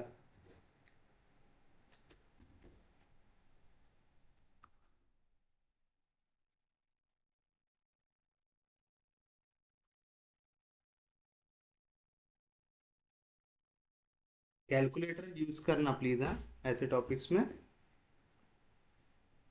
If f of x equal to, क्योंकि अगर हम यहाँ पे कैलकुलेटर यूज करते हैं ना तो आपको पक्का ही दिख जाता है, प्लस वाली वैल्यू बहुत बड़ी आ रही है तो 0 से 1/2 के बीच में नहीं आएंगी, और माइनस वाली वैल्यू 0 से लेकर 1/2 के बीच में आएंगी। तो f of x equal to x-1, x-2, x-3, a की वैल्यू है 0, b की वैल्यू है 4, आपको बोल रहा है find the value of c of the mean value theorem. ठीक है, तो आपको फिर से c की वैल्यू निकालना है यहाँ पे भी। चलिए बताइए सॉल्यूशन में क्या करेंगे। सबसे पहले आप एफ ऑफ एक्स को लिखेंगे, तो आप लिखेंगे हियर एफ ऑफ एक्स मेरे को दिया हुआ है x-1 into x-2 into x-3, जहाँ पे a की वैल्यू है 0, b की वैल्यू है 4। हमको कौन सा थ्योरम लगाना है, मीन वैल्यू थ्योरम। तो आप लिखेंगे बाय मीन वैल्यू थ्योरम, या तो by using mean value theorem. क्या रहता, f of b minus f of a upon b minus a equal to f dash of c, जहां पे आपका सी बिलोंग करता है ए और बी के बीच में करता है, ये पीछे वाले में भी मेंशन कर लो, जहां पे सी बिलोंग करता है आपका ए और बी के बीच में करता है। कोई दिक्कत नहीं, कोई डाउट नहीं, फिर हम इसको दे देते इक्वेशन नंबर 1 दे देंगे, कोई भी दिक्कत नहीं, कोई भी डाउट नहीं। तब हम निकालेंगे f of b minus f of a upon b minus a. तो उसके लिए हमको पहले लगेंगे एफ ऑफ बी की वैल्यू। कैसे निकालेंगे, जहां जहां एक्स है उसकी जगह बी डाल दो। बी की वैल्यू क्या है 4, तो क्या आएगा यहाँ पे 4 माइनस 1, यहाँ पे क्या है x माइनस 2 यानी 4 माइनस 2 इंटू एक्स माइनस 3 यानी 4 माइनस 3। 4 में से 1 गया 3, 4 में से 2 गया 2, 4 में से 3 गया 1, 3 2 जार 6। तो क्या है एफ ऑफ बी की वैल्यू 6 आई। अरे समझ रहा है, पक्के में समझ रहा है, क्वेश्चन हार्ड नहीं है, प्लीज थोड़ा सा कॉन्सेंट्रेट कीजिए। एफ ऑफ ए निकालो, क्या रहेगा एफ ऑफ ए की वैल्यू क्या है 0, तो आएगा एफ ऑफ 0, जहां जहां एक्स उसकी जगह 0 रखो तो आएगा 0 minus 1, 0 minus 2, 0 minus 3, 0 minus 1 -1, 0 -2 -2, 0 -3 -3, minus into minus plus, plus into minus minus, 3 2 जार 6। तो एफ ऑफ ए की वैल्यू क्या आई? -6 आई। कोई भी दिक्कत, कोई भी डाउट? तो एफ ऑफ का की वैल्यू निकालेंगे, f of b minus f of a upon b minus a. क्या है एफ ऑफ बी की वैल्यू? 6 माइनस क्या है एफ ऑफ ए की value? -6 upon b minus a. क्या है बी की वैल्यू? 4 माइनस क्या है ए की वैल्यू? 0। क्या आएगा? 6 माइनस इंटू माइनस प्लस, तो 6 प्लस 6 कितना आएगा? 12/4। 4 के टेबल में पहला था, हाँ जी, 4 3 जार 12। तो हो गया हमारे लिए इक्वेशन नंबर 2 की f of b minus f of a upon b minus a. ये हो गया 3 सॉरी। तो ये पूरे की वैल्यू आ गई हमारे लिए 3 आ गई। अब बस क्या करना है, इसका डेरिवेटिव निकालना है। तो पहले फंक्शन को थोड़ा इंसानियत वाले फॉर्म में लिखेंगे हम। कैसे लिखते हैं? मल्टीप्लाई करके।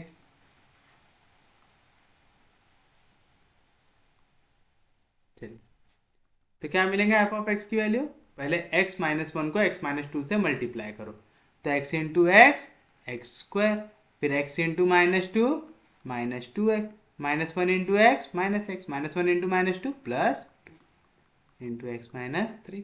यानी क्या मिला आपको? X square -2 -x -3x plus 2 into x -3। अब एक्स स्क्वायर को मल्टीप्लाई करो, x square into x x cube, -3 into x square -3x square, -3x into x -3x square, minus into minus plus, 3 3 jar 9x आएगा। फिर square 2 into x 2x plus into minus minus, 3 2 जार 6 आएगी value. कोई भी दिक्कत, कोई भी doubt? ये क्या की वैल्यू आ रही है आपकी? एफ ऑफ एक्स की। तो देयरफॉर एफ ऑफ एक्स क्या मिलेगा? क्यूब की एक ही टर्म है, x cube, -3x square -3x square -6x square, 9x plus 2x plus 11x -6 आएगा। इसका डेरिवेटिव निकाला, therefore f dash of x क्या मिलेगा? एक्स क्यूब का derivative 3x square minus x square का डेरिवेटिव 2x, तो 6 2 जार 12 प्लस 11 कांस्टेंट है डेरिवेटिव के बाहर, x का derivative with respect to x 1 और -6 का डेरिवेटिव।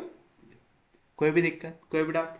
इसका मतलब एफ डैश ऑफ सी क्या मिलेगा? जहां जहां x है उसकी जगह c लिख दो, तो आएगा 3c स्क्वायर -12c प्लस 11। इसको दो इक्वेशन नंबर 3। तो फ्रॉम इक्वेशन 1 2 एंड 3, चलिए बताइए। पहला इक्वेशन 1 क्या है? F of b minus f of a upon b minus a. इसकी वैल्यू क्या थी? 3। तो आगे लेफ्ट हैंड साइड में 3 equal to f dash of c. क्या है एफ डैश ऑफ सी की वैल्यू? ये 3c स्क्वायर -12c प्लस 11। कर लो इसको सिंप्लीफाई, तो 3c स्क्वायर -12c, यहाँ पे +3 इधर जाएगा तो -3, 11 में से 3 गया तो कितना बचेगा? +8 इक्वल टू 0। अब इसके बनाना है फैक्टर, 3 8 जार 24 के फैक्टर भी बनाना मुश्किल है। फिर से फॉर्मूला लगा लेते हैं। चलिए बताइए क्या मिलेगा? c इज इक्वल टू क्या रहता? -b, तो आएगा minus of -12 plus minus under root of b का स्क्वायर, तो -12 का स्क्वायर, -12 के स्क्वायर को मैं +12 का स्क्वायर लिख सकता अभी को, -4ac यानी 4 इंटू 3 इंटू 8 अपॉन 2a यानी 3 2 जार 6 आएगा। If x square plus b x plus c equal to 0 then x equal to -b plus minus under root of b square -4ac upon 2a होता है था फॉर्मूला। चलिए बताइए क्या मिलेगा आपको? माइनस इंटू माइनस प्लस आएगा +12 plus minus under root of.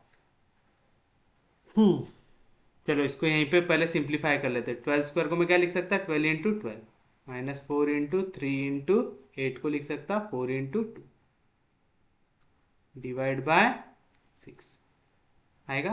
कोई दिक्कत नहीं, कोई डाउट नहीं। तो सी की वैल्यू क्या मिलेंगी? 12 प्लस माइनस, यहाँ पे देखो 4 है और ये दोनों 4 के टेबल में आते, 4 3 जार आते, तो यहाँ पे क्या मिलेगा मेरे को? मैं 4 को बाहर निकाल सकता, 4 इंटू 4 यानी 4 का स्क्वायर बाहर निकाल रहा हूँ, तो बाहर क्या आएगा? 4 अंडर रूट ऑफ ये क्या आएगा? 4 3 जार 12, 4 3 जार 12, तो 3 3 जार 9 माइनस यहाँ पे क्या बचा? 3 2 जार 6 अपॉन 6। समझा ना? मैंने 12 इंटू 12 को क्या लिखा? 4 3 जार 12, 4 3 जार 12, और यहाँ पे क्या था सब्ट्रैक्शन में, -4 × 3 × 4 × 2, तो 4 और 4 को मैंने निकाल लिया बाहर। समझा? उम्मीद है समझा होगा, पक्के में समझा, सच में समझा, किसी को कोई दिक्कत नहीं, कोई डाउट नहीं? अरे समझ रहा है, पक्के में, सच में समझ रहा है, पक्के में समझ रहा है, तो चलिए बताइए क्या आएंगी सी की वैल्यू आपकी।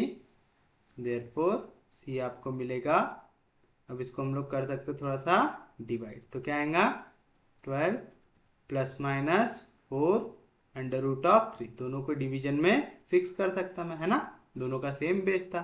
सी की वैल्यू क्या आएंगी 6, 2 जार 12, तो 2 प्लस माइनस, यहाँ पे दोनों डिवाइड होंगे तो क्या आएगा 2/3 √3 आएगा। कोई भी दिक्कत, कोई भी डाउट, पक्के में समझा? यहाँ पे आप √3 काट भी सकते, है ना, तो यहाँ पे क्या आएगा 2/√3 भी लिख सकते, लिख सकते। अब 2/√3 की वैल्यू 0 से नीचे तो लेके जा नहीं सकती, यानी दोनों की दोनों वैल्यू बिलोंग करेंगी कौन से इंटरवल में, हमारे ए से लेके बी, जो इंटरवल है 0 से लेके 4 तक, तो ये रहेंगे हमारे लिए रिक्वायर्ड वैल्यू। समझा पक्के में? अरे समझ रहा है, पक्के में समझ रहा है, यानी ये भी वैल्यू आपकी एग्जिस्ट करेगी, दोनों के दोनों इंटरवल में बिलोंग करते हैं। समझा ना कैसे निकाले? 2 में आप 2/3 को ऐड करें, 2/3 यानी 2/3 को ऐड कर रहे हैं, तो इस पे ये वैल्यू 2 से ज़्यादा बड़ी तो नहीं हो सकती, 2 से छोटी वैल्यू रहेंगी, है ना, और मेरे को बड़ी लिमिट क्या दी हुई है 4 दी हुई है, यानी 2 पे अगर मैं 2 ऐड करूंगा तो मैं 4 तक पहुंच सकता है, 2 से छोटी वैल्यू अगर ऐड करूंगा तो नहीं, सीधी सी बात है 4 के नीचे ही रहूंगा। और वैसे भी आपके पास कैलकुलेटर है, इसकी वैल्यू ऐड और सब्ट्रैक्ट करके देख लो, आपको वैल्यू 0 और 4 के बीच में ही मिलेगी। समझा? पक्के में समझा? सच में समझा? किसी को कोई दिक्कत नहीं, कोई डाउट नहीं? अब ना इनमें एक टाइप के क्वेश्चन बहुत पूछे जाते हैं, मैं वो भी आपको कराया था।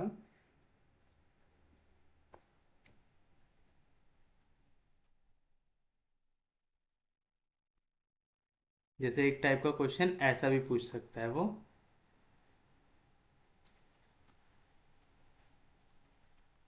कि separate the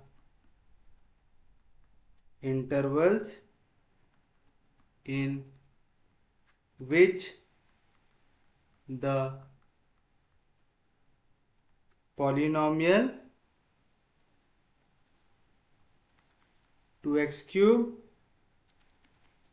minus 15x² plus 36x plus 1 is increasing और डिक्रीजिंग। ठीक है, अब आपको पूछ रहा है वाला फंक्शन कहाँ पे इंक्रीज करेंगे और कहाँ पे डिक्रीज करेंगे। फंक्शन इंक्रीज और डिक्रीज किस पे डिपेंड करता है? आपके पहले डेरिवेटिव की वैल्यू पे। किस पे डिपेंड करता है? पहले डेरिवेटिव की वैल्यू पे। तो आप सबसे पहले लिखेंगे हियर, इसको फंक्शन ऑफ एक्स ने दिया हुआ है तो हम लिखेंगे let f of x equal to, ऐसा लिख लेंगे, let f of x equal to क्या दिया हुआ है 2x³ minus 15x² plus 36x plus 1 दिया हुआ है। अभी निकालो इसका डेरिवेटिव, तो हम निकालेंगे एफ डैश ऑफ एक्स, क्या आएगा x³ का डेरिवेटिव 3x², वो मल्टीप्लाई होगा 2 से, 3 2 जार 6x² माइनस x² का डेरिवेटिव 2x, वो मल्टीप्लाई होगा -15 तो आएगा -30x प्लस 36 कांस्टेंट है डेरिवेटिव के बाहर, x का derivative with respect to x 1 और 1 कांस्टेंट है, उसका डेरिवेटिव 0 आएगा। कोई भी दिक्कत, कोई भी डाउट? अब आपको क्या करना है, ये देखना है ये फंक्शन की वैल्यू ग्रेटर देन 0 कब आ सकती, इक्वल टू 0 कब आ सकती और लेस देन 0 कब आ सकती। ठीक है, क्या क्या देखना है, ये फंक्शन की वैल्यू ग्रेटर देन 0 कब आ सकती, इक्वल टू 0 कब आ सकती और लेस देन 0 कब आ सकती। ये देखने के लिए हम लोग क्या करेंगे, पहले इसको फैक्टर्स पे तोड़ लेंगे।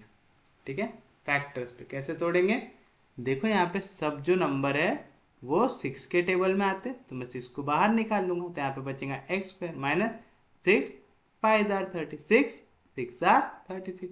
फिर अब मैं इसके फैक्टर बनाऊंगा 1 × 6 6 के ऐसे फैक्टर जिनके बीच का फर्क आना चाहिए -5 का, तो मिलेंगे -3 -2 -3 × -2 कितना होगा +6, और -3 - 2 कितना होगा -5। तो मैं इसको लिख सकता हूँ f dash of x equal to 6 into x minus 3 into x minus, लिख सकता। आपको समझा ना कैसे कि एक्स स्क्वायर -5x को मैं क्या लिख सकता, -3x -2x प्लस 6। फिर यहाँ से x कॉमन निकलेगा तो बचेगा x माइनस 3, यहाँ से -2 कॉमन निकलेगा तो बचेगा x माइनस 3, फिर x माइनस 3 कॉमन निकलेगा तो बचेगा x माइनस 2। आया? कोई भी दिक्कत, कोई भी डाउट? ऐसे फैक्टर्स बनाना आता ना सबको? अरे पक्के में आता है। अब चेक करो, हमको क्या क्या चेक करना पड़ता, ये वैल्यू ग्रेटर देन 0 कहां पे आती, लेस देन 0 कहां पे आती। डिक्रीजिंग कैसे देखते हैं मालूम है ना, अगर आपके फंक्शन की वैल्यू ग्रेटर देन 0 आ गई तो इंक्रीजिंग, फंक्शन की वैल्यू लेस देन 0 आ गई तो डिक्रीजिंग। ठीक है, तो अब इसको कैसे देखेंगे, ये देखिए क्या करेंगे। अब आप देखेंगे ये वाला ब्रैकेट कहां पे नेगेटिव हो सकता है और कहां पे पॉजिटिव हो सकता है। पहले मैं पॉजिटिव के लिए देखता हूं। 6 तो कांस्टेंट नंबर है, उससे हमारे पूरी इक्वेशन में कुछ भी चेंज होगा क्या, नहीं होगा। तो x माइनस 3 और x माइनस 2 की वैल्यू पॉजिटिव कब आ सकती, दो केस है, दोनों वैल्यू मल्टीप्लाई हो रही। अगर एक पॉजिटिव नंबर दूसरे पॉजिटिव नंबर से मल्टीप्लाई होता है तो भी आंसर क्या आता है, पॉजिटिव। और अगर एक नेगेटिव नंबर से मल्टीप्लाई होता है तब भी आंसर क्या आता है, पॉजिटिव, है ना। ग्रेटर देन 0 का मतलब क्या है, आपकी वैल्यू कैसी आनी चाहिए, पॉजिटिव आनी चाहिए। तो ये नंबर पॉजिटिव कब आएगा, पहला जब ये ब्रैकेट और ये ब्रैकेट दोनों कैसे होंगे, पॉजिटिव, है ना। पॉजिटिव मतलब ग्रेटर देन 0, यानी x माइनस 3 भी ग्रेटर देन 0 आना चाहिए, x माइनस 2 भी ग्रेटर देन 0 आना चाहिए। ठीक है, पॉजिटिव का कंसेप्ट अगर आप समझ गए तो ब्रैकेट निकालना बड़ा आसान है। x minus 3 into x minus 2 दोनों का मल्टीप्लीकेशन कब आपका पॉजिटिव आ सकता है, जब पहली वैल्यू भी पॉजिटिव हो दूसरी वैल्यू भी पॉजिटिव। तो चले x माइनस 3 भी ग्रेटर देन 0, x माइनस 2 भी ग्रेटर देन 0, यानी यहाँ पे -3 इधर गया तो +3, तो x ग्रेटर देन 3 आना चाहिए, यहाँ पे -2 इधर गया तो +2, x ग्रेटर देन 2 आना चाहिए। अब देखो अगर मैं x की वैल्यू ग्रेटर देन 2 लूँ लेकिन 3 से छोटी ले लूँ तो हमारा ब्रैकेट कैसा हो जाएगा, नेगेटिव। यहाँ पे 3 और 2 में बड़ी वैल्यू कौन सी है, 3 बड़ी वैल्यू, तो मैं क्या लूंगा, x ग्रेटर देन 3 लूंगा, है ना। तो x ग्रेटर देन 3 के लिए हमारी ये वैल्यू क्या आएंगी, ग्रेटर देन 0 आएंगी। तो आप लिखेंगे F dash of x is greater than 0 कब, for every value of x which is greater than 3। समझा। ग्रेटर देन 2 क्यों नहीं लिया, 2.5 ग्रेटर देन 2 है, हाँ जी है, एग्रीड। तो यहाँ पे मैं अगर 2.5 माइनस 2 करूंगा तो ये क्या होगा, +0.5। लेकिन यहाँ पे 2.5 में से अगर 3 सब्ट्रैक्ट करूंगा तो ये क्या होगा, -0.5। मैंने क्या बोला, पहला ब्रैकेट भी पॉजिटिव चाहिए दूसरा ब्रैकेट भी पॉजिटिव चाहिए। तो पहली कंडीशन आ गई कि x की वैल्यू आनी चाहिए ग्रेटर देन 3। तो याद रखना जब भी आप ग्रेटर देन ले रहे तो बड़ी वाली वैल्यू लेंगे और अगर लेस देन लेंगे तो छोटी वाली वैल्यू लेंगे। ठीक है, वो भी अभी देख लेते हैं। अब दूसरा केस हमने क्या लिया था, ये दोनों का मल्टीप्लिकेशन पॉजिटिव यानी ग्रेटर देन 0 और एक कंडीशन में आ सकता है, कब, जब दोनों वैल्यू नेगेटिव हो, है ना। दोनों वैल्यू नेगेटिव चाहिए यानी x माइनस 3 लेस देन 0 चाहिए, x माइनस 2 भी लेस देन 0 चाहिए, है ना। दोनों वैल्यू नेगेटिव आनी चाहिए तभी हमारा नेगेटिव इंटू नेगेटिव क्या बनेगा, पॉजिटिव, यानी x जो लेस देन, यहाँ पे माइनस इधर गया तो +3 और यहाँ पे माइनस उधर गया तो +2, तो x should be less than, यानी x की वैल्यू 2 से छोटी चाहिए, x की वैल्यू 3 से छोटी चाहिए। अब इनमें से हम कौन सी वैल्यू लेंगे, है ना। अगर हम 3 से छोटी वैल्यू लेंगे, 3 से छोटी वैल्यू अगर मैं 2.5 ले लूं तो यहाँ पे क्या आएगा, 2.5 में से 3 गया तो कितना आएगा, -0.5। लेकिन यहाँ पे 2.5 में से 2 सब्ट्रैक्ट करेंगे तो क्या आएगा, +0.5। तो एक पॉजिटिव एक नेगेटिव हो रहा है, काम चलेगा क्या, नहीं। तो जैसे मैंने आपको बताया था जब आप वैल्यू लेते हैं बड़ी वाली, है ना, ग्रेटर देन कंसीडर करते तो आप किसको लेंगे, जो उनमें से बड़ी वैल्यू रहती। अब यहाँ पे 3 और 2 में से छोटी वैल्यू कौन सी है, 2, तो x should be less than छोटी वाली वैल्यू। डैश ऑफ x की वैल्यू ग्रेटर देन 0 आएंगी यानी पॉजिटिव आएंगी कब, जब x छोटा रहेगा 2 से। समझा, पक्के में समझा, सच में समझा, जिनको नहीं समझा वो एक और बार देख लो, वाला कंसेप्ट इंपॉर्टेंट है आपके लिए। हमारा 6 तो कांस्टेंट है तो उससे कोई फर्क नहीं है कि x-3 है x-2 है, दो वैल्यू का मल्टीप्लीकेशन पॉजिटिव, पॉजिटिव मतलब ग्रेटर देन 0 कब आएगा, जब पहली वैल्यू भी पॉजिटिव हो इंटू दूसरी वैल्यू भी पॉजिटिव है ना, 3 इंटू 2 करूंगा तो क्या आएगा 6 मिलेगा। लेकिन मैं अगर -3 को -2 से मल्टीप्लाई करूंगा तब भी क्या मिलेगा +6 मिलेगा, यानी दो नेगेटिव वैल्यू को भी अगर मैं मल्टीप्लाई करूंगा तो एक पॉजिटिव वैल्यू मिलेंगी, यानी ग्रेटर देन 0 वाली वैल्यू मिलेंगी। तो ये वैल्यू पॉजिटिव कब आएंगे, जब x-3 ग्रेटर देन 0 रहेगा यानी पॉजिटिव रहेगा, और x-2 भी ग्रेटर देन 0 रहेगा यानी पॉजिटिव रहेगा। याद रखना पॉजिटिव बोला तो ग्रेटर देन 0, नेगेटिव बोला तो लेस देन 0, यानी x should be greater than 3, x should be greater than 2। यहाँ पे -3 इधर गया तो +3, इधर -2 इधर गया तो +2, तो x 3 से भी बड़ा रहना चाहिए, x 2 से भी बड़ा रहना चाहिए। तो यहाँ पे बड़ा नंबर क्या है 3 बड़ा है, तो आप कौन सा कंडीशन लेंगे x इज ग्रेटर देन, याद है। तो आपको हमेशा ग्रेटर देन में कौन सा नंबर लेना है जो बड़ा है, ग्रेटर देन की कंडीशन के लिए बड़ा वाला नंबर लेना है, कोई दिक्कत नहीं। क्यों, मैंने रख के भी दिखाया कि एक नंबर 2 से बड़ा हो जो है 2.5, अगर मैं यहाँ पे 2.5 रखूंगा 2.5 में तो 3 जाएगा तो कितना मिलेगा -0.5, तब वैल्यू पॉजिटिव मिलेंगी क्या, नहीं। तो ग्रेटर देन x की वैल्यू के लिए नंबर भी बड़ा वाला लूंगी, सिमिलरली लेस देन वाले के लिए भी नंबर छोटा लूंगी। अब देखो हमने बोला दोनों अगर नेगेटिव हो जाए तो भी काम जम जाएगा, नेगेटिव मतलब लेस देन 0 आना चाहिए, यानी x-3 भी लेस देन 0 आना चाहिए और x-2 भी लेस देन 0 आना चाहिए, मतलब x शुड भी लेस देन, यहाँ पे -3 इधर गया तो +3, यहाँ पे -2 इधर गया तो +2, यानी x 3 से भी छोटा होना चाहिए, x 2 से भी छोटा होना चाहिए। ऐसा x जो 3 से भी छोटा है 2 से भी छोटा है तो मैं बोलूंगा x 2 से छोटा होना चाहिए, है ना। क्यों, मेरे को दोनों वैल्यू नेगेटिव चाहिए।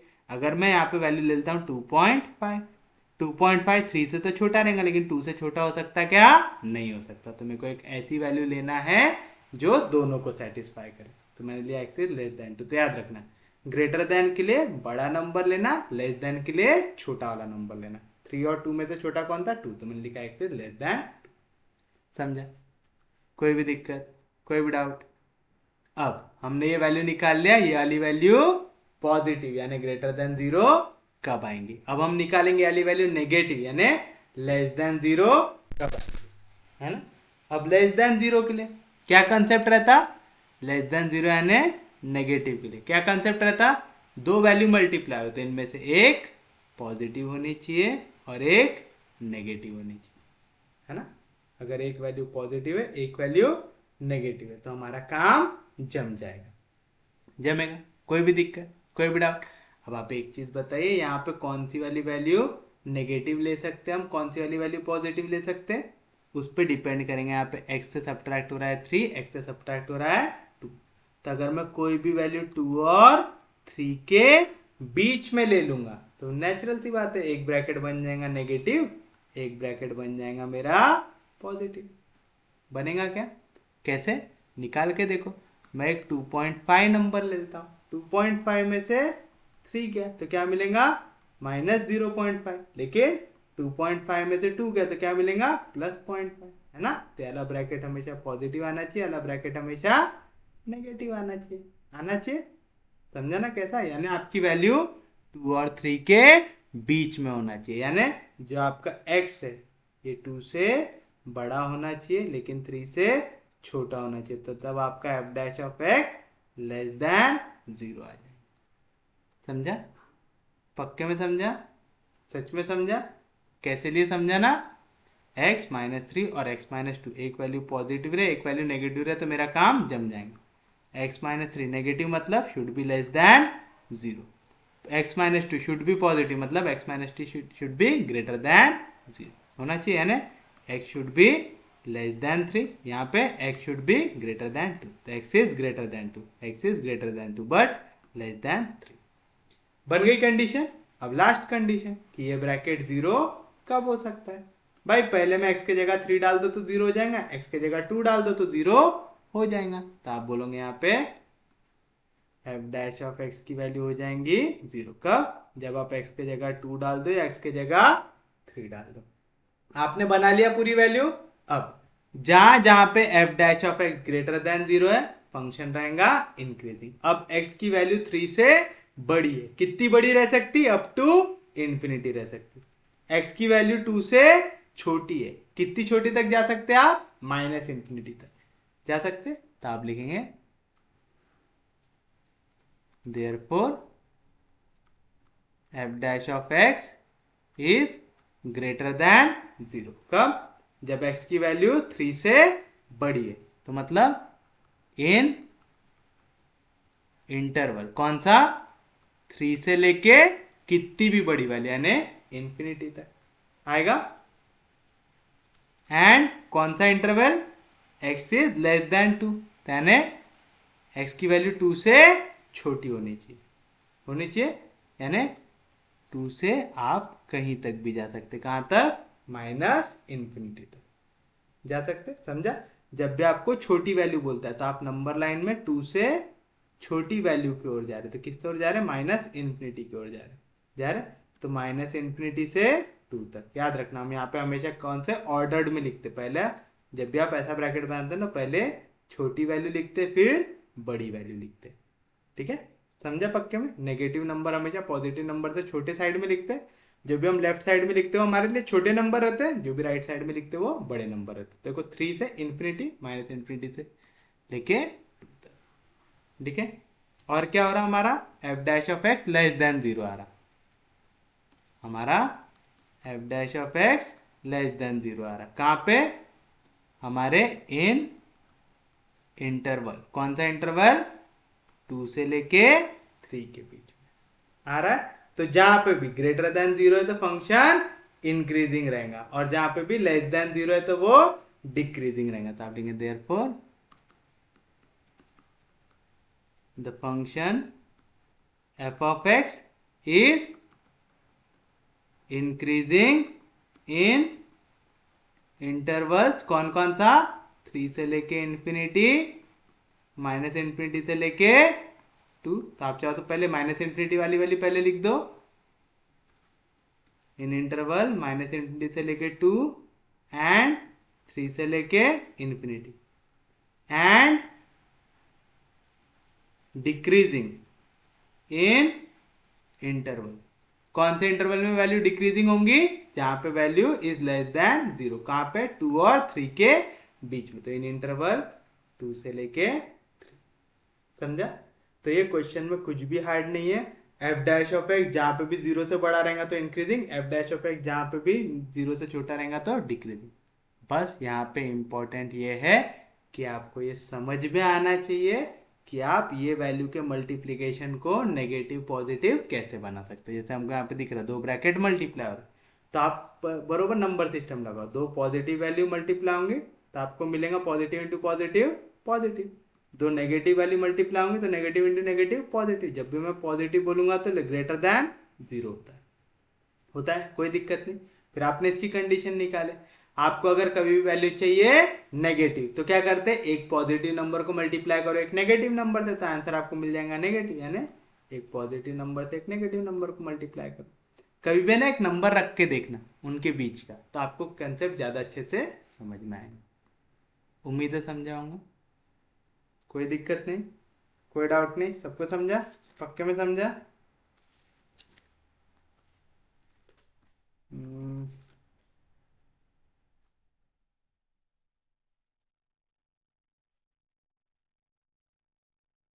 अब ये हमारे इस पे ऐसा करते हैं, इसके भी एक दो क्वेश्चन देख लेते हैं, क्योंकि हमारे जो सिलेबस है उसमें मीन वैल्यू थ्योरम लिखा हुआ है और एक कॉचीज का भी मीन वैल्यू थ्योरम होता है, तो इसके भी एक दो क्वेश्चन देख लेते हैं। वैसे तो ये हमारे सिलेबस का पार्ट नहीं होना चाहिए, कॉचीज मीन वैल्यू थ्योरम, पर फिर भी देख लेते हैं क्योंकि मीन वैल्यू थ्योरम हमारे सिलेबस में लिखा हुआ है। लिखो, if two functions f and phi are, पहला continuous in closed interval a comma B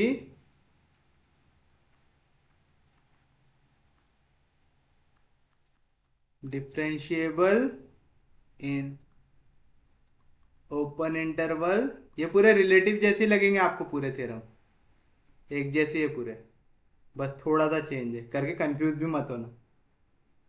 तीसरा, f dash of x is not equal to 0 for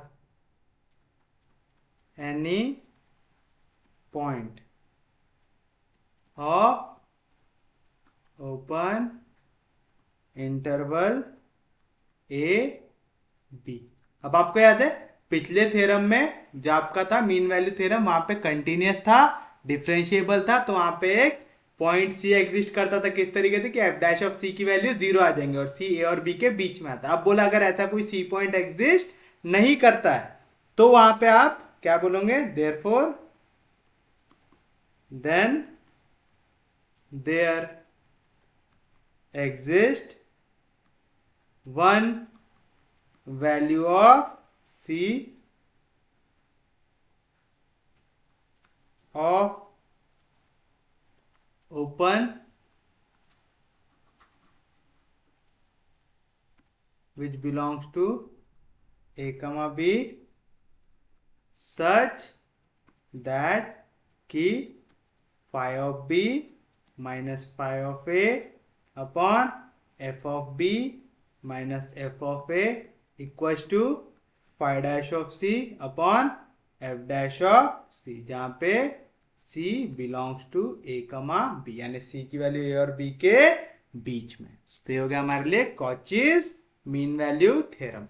आप देख रहे पिछले मीन वैल्यू थ्योरम से लैग्रेंजेस वाले में इसमें क्या चेंज है, वहां पे एक वैल्यू C एग्जिस्ट करती थी A और B के बीच में, जहां पे f डैश ऑफ C की वैल्यू क्या आती थी 0। तो यहाँ पे बोल रहा है ऐसी एक भी वैल्यू A और B के बीच में नहीं आएंगी जहां पे पहले डेरिवेटिव की वैल्यू 0 आ जाए। ठीक है, तो ऐसे केसेस में आप मीन वैल्यू क्या निकालोगे, आप निकालोगे phi of b minus phi of a upon f of b minus f of a, इसकी वैल्यू लेंगे phi dash of c upon f dash of c. याद रखेंगे, कोई भी दिक्कत, कोई भी डाउट, पक्के में याद रहेगा। अब इसमें क्वेश्चन थोड़े से हट के पूछता है।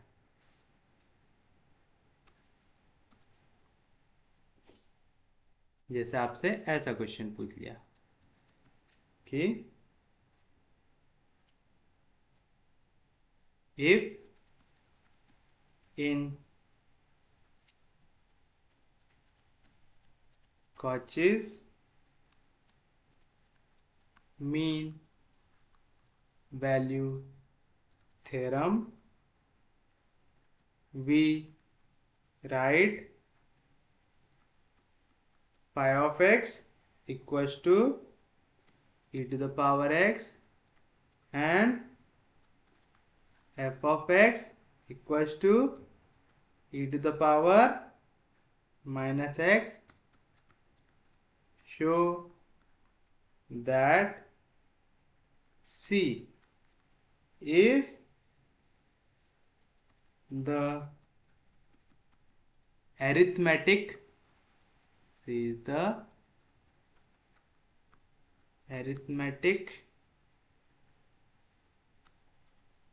mean between A and B। Arithmetic mean मतलब जो आप A और B का मीन निकालते A plus b by two, तो आपकी C की वैल्यू यहाँ पे आनी चाहिए A plus b by two आनी चाहिए। कोई भी दिक्कत, कोई भी डाउट। अच्छा, यहाँ पे A और B दिया हुआ है क्या, हमको नहीं दिया हुआ है, तो हमको इन जनरल A और B लेके चलना है। A और B की कोई वैल्यू नहीं दी हुई है।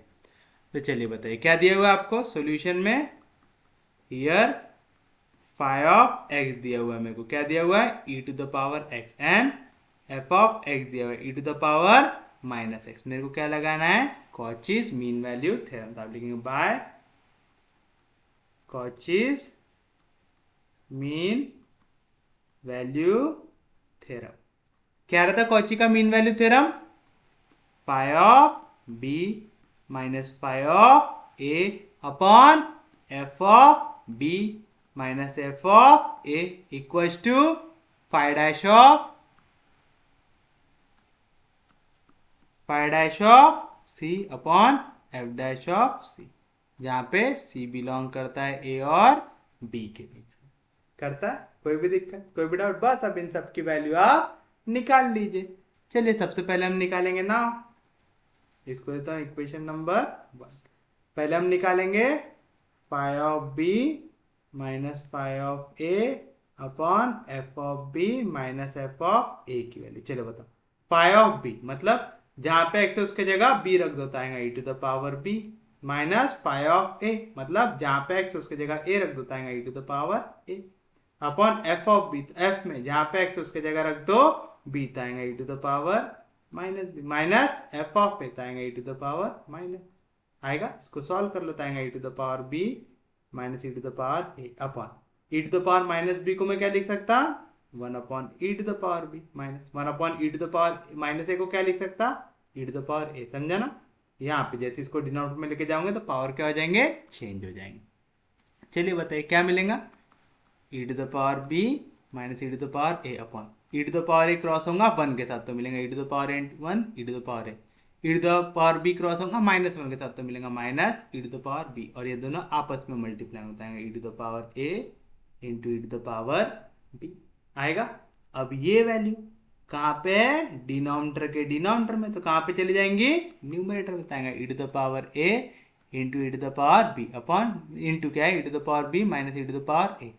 अब देखो न्यूमरेटर और डिनोमिनेटर सेम है, बस साइन का फर्क है, तो नीचे से मैं माइनस साइन को निकाल लूंगा कॉमन, तो क्या बचेगा, जो भी तक नेगेटिव था हो जाएगा पॉजिटिव, जो भी तक पॉजिटिव था हो जाएगा नेगेटिव, दोनों में e to the power b minus e to the power a, e to the power b minus e to the power a cancel हो जाएगा। तो क्या मिला मेरे को, therefore phi of b minus phi of a upon f of b minus f of a की value क्या है, पहले तो माइनस साइन है तो minus e to the power a into e to the power b, equation number 2। कोई दिक्कत नहीं, कोई डाउट नहीं, समझा यहाँ तक? अब सेम चीज क्या करना है आपको, फाई डैश ऑफ सी और phi dash of f dash of c की वैल्यू निकालना है ना। चलो हम पहले निकाल लेते हैं एफ डैश ऑफ एक्स की value, phi dash of x की वैल्यू पहले कैसे निकालेंगे, फाई ऑफ एक्स को डिफ्रेंशिएट करो with respect to x, e to the power x का derivative e to the power x. Similarly f dash of x निकालो तो एफ ऑफ एक्स को डिफ्रेंशिएट करो with respect to x, e to the power minus x का derivative minus e to the power minus x आएगा। कोई दिक्कत नहीं, कोई डाउट नहीं, पक्के में समझा? तो बताओ therefore phi dash of c की वैल्यू क्या आएंगी, e to the power c, f dash of c की वैल्यू क्या आएंगी, minus e to the power minus c आएगा। कोई भी दिक्कत, कोई भी डाउट? इजी है, समझा पक्के में, सच में समझा? अब बताइए क्या मिलेगा आपको, देयरफॉर जो आपकी वैल्यू थी क्या था हमारा right hand side, phi dash of c upon f dash of c, या तो सब्सटीट्यूट कर दो क्या वैल्यू 1 में, वैल्यू 1 में सब्सटीट्यूट कर देते ना, फ्रॉम इक्वेशन 1 2 एंड 3। बताओ क्या है हमारा इक्वेशन 1 का left hand side, phi of b minus phi of a upon f of b, f of a क्या था, minus e to the power a into e to the power b आएगा। तो यहाँ पे आ गया minus e to the power a into e to the power b, ये पूरे हमारे फाई वाली वैल्यू आ गई, इक्वल टू क्या था, फाई डैश ऑफ सी, क्या है phi dash of c, e to the power c upon phi dash f dash of c क्या है, minus e to the power minus c आएगा। कोई भी दिक्कत, कोई भी डाउट? पहले तो दोनों साइड में माइनस दिख रहा है, मेरे को दिख रहा है पक्के में, तो माइनस माइनस को करता हूँ दोनों साइड से cancel, a to the power अलग फॉर्मूला पड़ेगा, a to the power m into a to the power n, क्या होता है a to the power m plus n, law of indices. तो यहाँ पे मैं इसको क्या लिख सकता, e to the power a into e to the power b को लिख सकता, e to the power a plus b लिख सकता, यहाँ का माइनस कैंसिल, और ये देखो e to the power c है, या तो e to the power minus c, ऊपर जाएगा तो आएगा e to the power plus c आएगा। समझा? ये चीज मालूम है ना, 1 upon e to the power minus c, तो मैं उसको ऊपर लेके जाऊंगा तो क्या होगा, ई का पावर सी हो जाएगा, है ना। जब भी आप जगह चेंज करते तो पावर क्या हो जाते हैं, चेंज हो जाते होते। कोई भी दिक्कत, e to the power c into the e to the power c क्या मिलेगा, e to the power c का स्क्वायर आएगा, e to the power c का स्क्वायर। देखो e to the power c, e to the power c, इसको हम लिखेंगे e to the power 2c, है ना, डायरेक्ट लिख लेंगे, काय के लिए टाइम वेस्ट करेंगे, e to the power c का स्क्वायर लिखेंगे एक स्टेप पे, फिर हमको एक और स्टेप करना पड़ेगा, e to the power m to the power n, क्या होता है e to the power m into n आएगा 2 इंटू सी, तो डायरेक्ट लिख रहे e to the power 2c। समझा? अरे पक्के में समझा? अब देखो यहाँ पे भी e का पावर है, यहाँ पे भी e का पावर है, दोनों इक्वल कब होंगे, जब दोनों का पावर सेम होगा, मतलब a प्लस बी इक्वल होगा 2c, c के साथ 2 मल्टीप्लीकेशन में इधर आएगा तो डिवीजन, तो c की वैल्यू क्या आएंगी a plus b by 2, and this is your final answer. यही प्रूव करना था, c equal to a plus b by 2, यही क्या होता है, एरिथमेटिक मीन होता है, बस लिख दो final answer, therefore c is arithmetic mean of a and, समझा? कोई भी दिक्कत, कोई भी डाउट? ये चीज मालूम है ना, अगर a to the power m आप इक्वल बोलते हैं a to the power n से, इसका मतलब m इक्वल होना चाहिए n से। लॉ ऑफ इंडाइसेस पढ़े ना सब लोगों ने, किसी को कोई दिक्कत नहीं, कोई डाउट नहीं, पक्के में समझा? तो अगर इस टाइप का क्वेश्चन पूछे पेपर में तो कर लेंगे। अब इसका एक वेरिफिकेशन वाला क्वेश्चन भी देख लेते हैं, कि अगर आपसे क्वेश्चन पूछ ले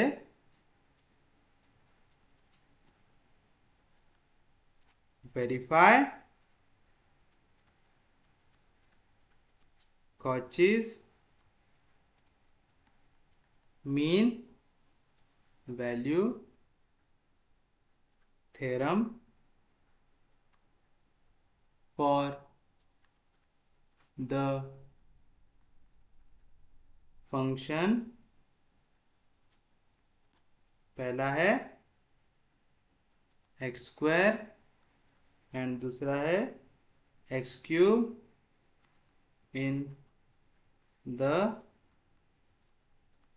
इंटरवल 1 से लेके 2 तक। ठीक है, क्या कह रहा है, आपको वेरीफाई करना है कॉची थ्योरम एक्स स्क्वायर और एक्स क्यूब के लिए इन इंटरवल 1 से लेके 2 तक। चलिए बताइए सॉल्यूशन क्या आएगा। सबसे पहले तो आपको फंक्शन को नाम देना पड़ेगा, तो लेट पाई ऑफ एक्स हम ले लेते हैं एक्स स्क्वायर को, एंड एफ ऑफ एक्स हम ले लेते हैं एक्स क्यूब को। दोनों के दोनों कौन से फंक्शन है, पॉलिनोमियल या रैशनल फंक्शन, ये हमेशा कैसे होते हैं, कंटिन्यूअस और डिफरेंशिएबल। तो आप लिखेंगे since both pi of x and f of x are